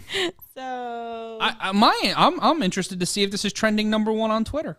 I'm going to see if let's take a look at this. Significant strikes 58 to 79. Total strikes 182 to 79. For Ankalaev, and ground control time 11 minutes and 20 seconds to nothing. Yo, this ain't good. Well, Paddy Pimblett is trending #1 right now. Dana White's trending #4. Darren Till's trending #6. I hate how fucking Twitter is with some of these things. Next UFC pay-per-view is January 21st, the night before Catalyst Wrestling Rock the Bell House. So get your tickets at catalystwrestling.com, and you'll be able to watch the UFC 283 show with me and the entire crew. But let's take a look at the official scorecards for tonight's fight. Mike, 48-47 for Jan Blachowicz. Interesting theory. Derek Cleary scores a 48-46 for Ankalaev. And the final judge, Sal D'Amato, ties 47-47. We got a fucking draw. This is what we get. This is what we deserve. This is God punishing us for whatever the fuck this is. Because what the actual flying hippy-dippy Michigas cock fucking shit fuck is this? This is not a kiss your sister draw. This is a you got everything robbed from you but a hay penny draw. You walk out of here with a hay penny. This is fucking what the fuck is it? Jim Downey's speech from fucking from Billy Madison. You have earned no points, and may God have mercy on your soul. you said Happy Madison or Billy Madison? I stopped myself. I meant to say Billy Madison. I'm like Happy Gilmore. No, Happy Madison's the production Was company. the green jacket, gold jacket. I got hit in the head a lot shit? in the mid-2000s. Self-inflicted. Why is Mose Dwight's cousin in the back there? Fucking Ludwig Kaiser from fucking Imperium just peering over my man's shoulder. It's Jontron in the back. People paid $80 to see a pay-per-view where there was supposed to be a champion crowned. There is no champion. The UFC. The co-main should have been the main. The co-main should have been the main just because it was more. And the fucking opening fight should have been the main on this fucking the way this fucking card is structured. I mean, they were selling wigs for one of them. I feel like that should have been. Paddy's wigs never come off. Jesus Christ. Who the fuck? This is the ruined hand job of UFC events. See, we all got drilled in the balls today. We all are Bryce Mitchell today. I was looking forward to this card when it was first announced. And no one in that crowd should be happy. No one in that building should be happy. I'm not advocating for people to throw things, but holy shit. Those judges might as well have been Asa Akira, fucking Tara Patrick, and Jenna Jameson the way they blew this fucking fight. Because good Lord goddamn. Who were the first two in that? I have no idea. Asa Akira, they're from the early 2000s. These porn stars you're listing? Yes. It's a very diverse list of porn stars. Good for you. Yeah, you know, I try. It's very diverse. Just... You were making the world a better place by jerking off. Yes, my penis is multicultural. Steven Chapman, throw the whole division away, create light heavyweight at 200 and heavyweight at 220, and bring in super heavy above 215. Well, you mean 255. Stanley Franklin calling this a sandpaper hand job.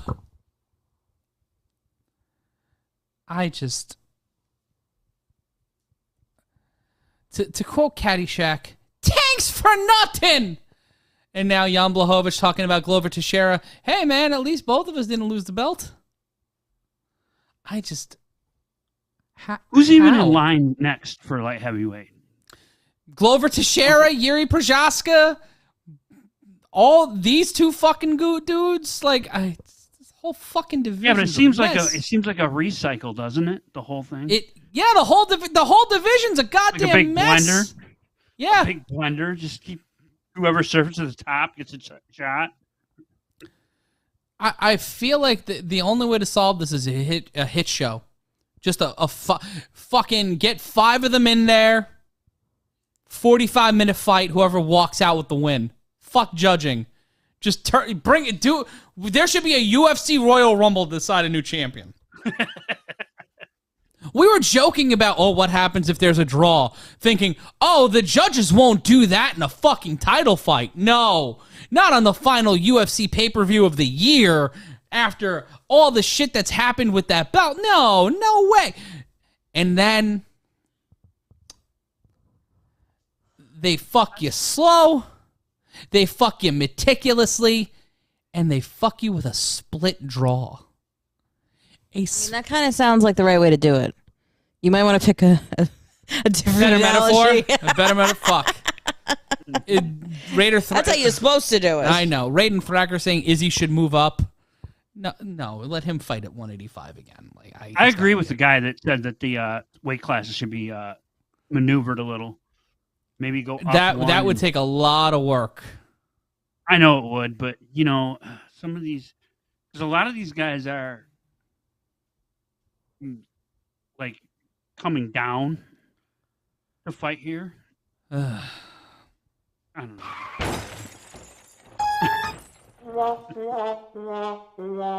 That's what this fight is. One more time. But thank you so much. Sal D'Amato was the one who fucked it all up for us. Thanks, Sal. Straight cash, homie. If you want to donate to the Patreon, go to patreon.com/DanAWhite. That's patreon.com/DanAWhite. Straight cash, homie. We'll be back Saturday, January 21st, Jesus. Saturday, January 21st for UFC 283. We might be back for Bellator before then. There's a guy who looks like Hercule Poirot who's walking Ankalaev back to the locker room. Final thoughts on tonight before we go. A fun card. Ending in a way no one wanted it to end, in a way that no one expected it to end, and frustratingly, with no UFC light heavyweight champion, that division remains in flux and will probably be in flux until the middle of next year, if that. And you take a look at the judges' scorecards here. Blachowicz, according to Mike Bell, won rounds 1 through 3. Ankalaev won rounds 4 and 5. Blachowicz winning rounds 1 and 2 for Derek Cleary, but then winning all 3, 4, and 5, according to Cleary, for Ankalaev. And Ankalaev winning rounds 1 through 3. Losing rounds 1 through 3, 10-9. Blachowicz winning those rounds for Sal D'Amato. And Ankalaev winning rounds 4 and 5. Breaking out really weirdly there. So that one round, that third round, was the more questionable round of the fight. Two judges giving that. All three judges giving rounds 4 and 5 to Ankalaev. And just that third round was the one toss-up. That was the real round that fucked everything up for everybody. Because if Mike Bell changes his mind and gives that third round to Ankalaev, I want to know what he saw, to be completely honest, on what that was, on what that third round was to give it to Blachowicz. It's going to be something that lingers in the minds of light heavy, of both fighters and the entire UFC between now and probably the summer. But we'll see what the fuck happens. As always, follow us on Twitter. You can check it in the description. Thank you so much to everyone who watched tonight. I had a lot of fun tonight. Sucks to not have Brendan with us anytime we don't have the full team. It does suck, but it is awesome to have all of you guys here with us as we rebuild what we built across the street. More funner. Much more better good as we continue to build out what this is. We'll add more bells, we'll add more whistles, we'll add more stuff as we go along here, but it's the same show we've been giving to you for the past 3 years, and I'm forever grateful that you guys trust us with that. But MG, thank you. Steph, Professor, Olive, thank you. Best fight of the night was probably it was Till and Duplessis. I loved Ponzinibbio. And the Coco main event. Paddy's fight was good, but those last two fights really left a sour taste in my mouth. Not really the biggest fan. Ankalaev winning on significant strikes in every round but round number 2. In the last 2 rounds, Blachowicz landed no significant strikes. He landed 0 significant strikes in the final 2 rounds of this fight. If this is a commercial for open scoring, if this isn't a commercial for open scoring, I don't know what is. But thank you guys so much. If you haven't subscribed yet, please do. For all of us here at Matt Men, I'm Matt Ryan saying so long from the Garden State. We'll see you on January 21st.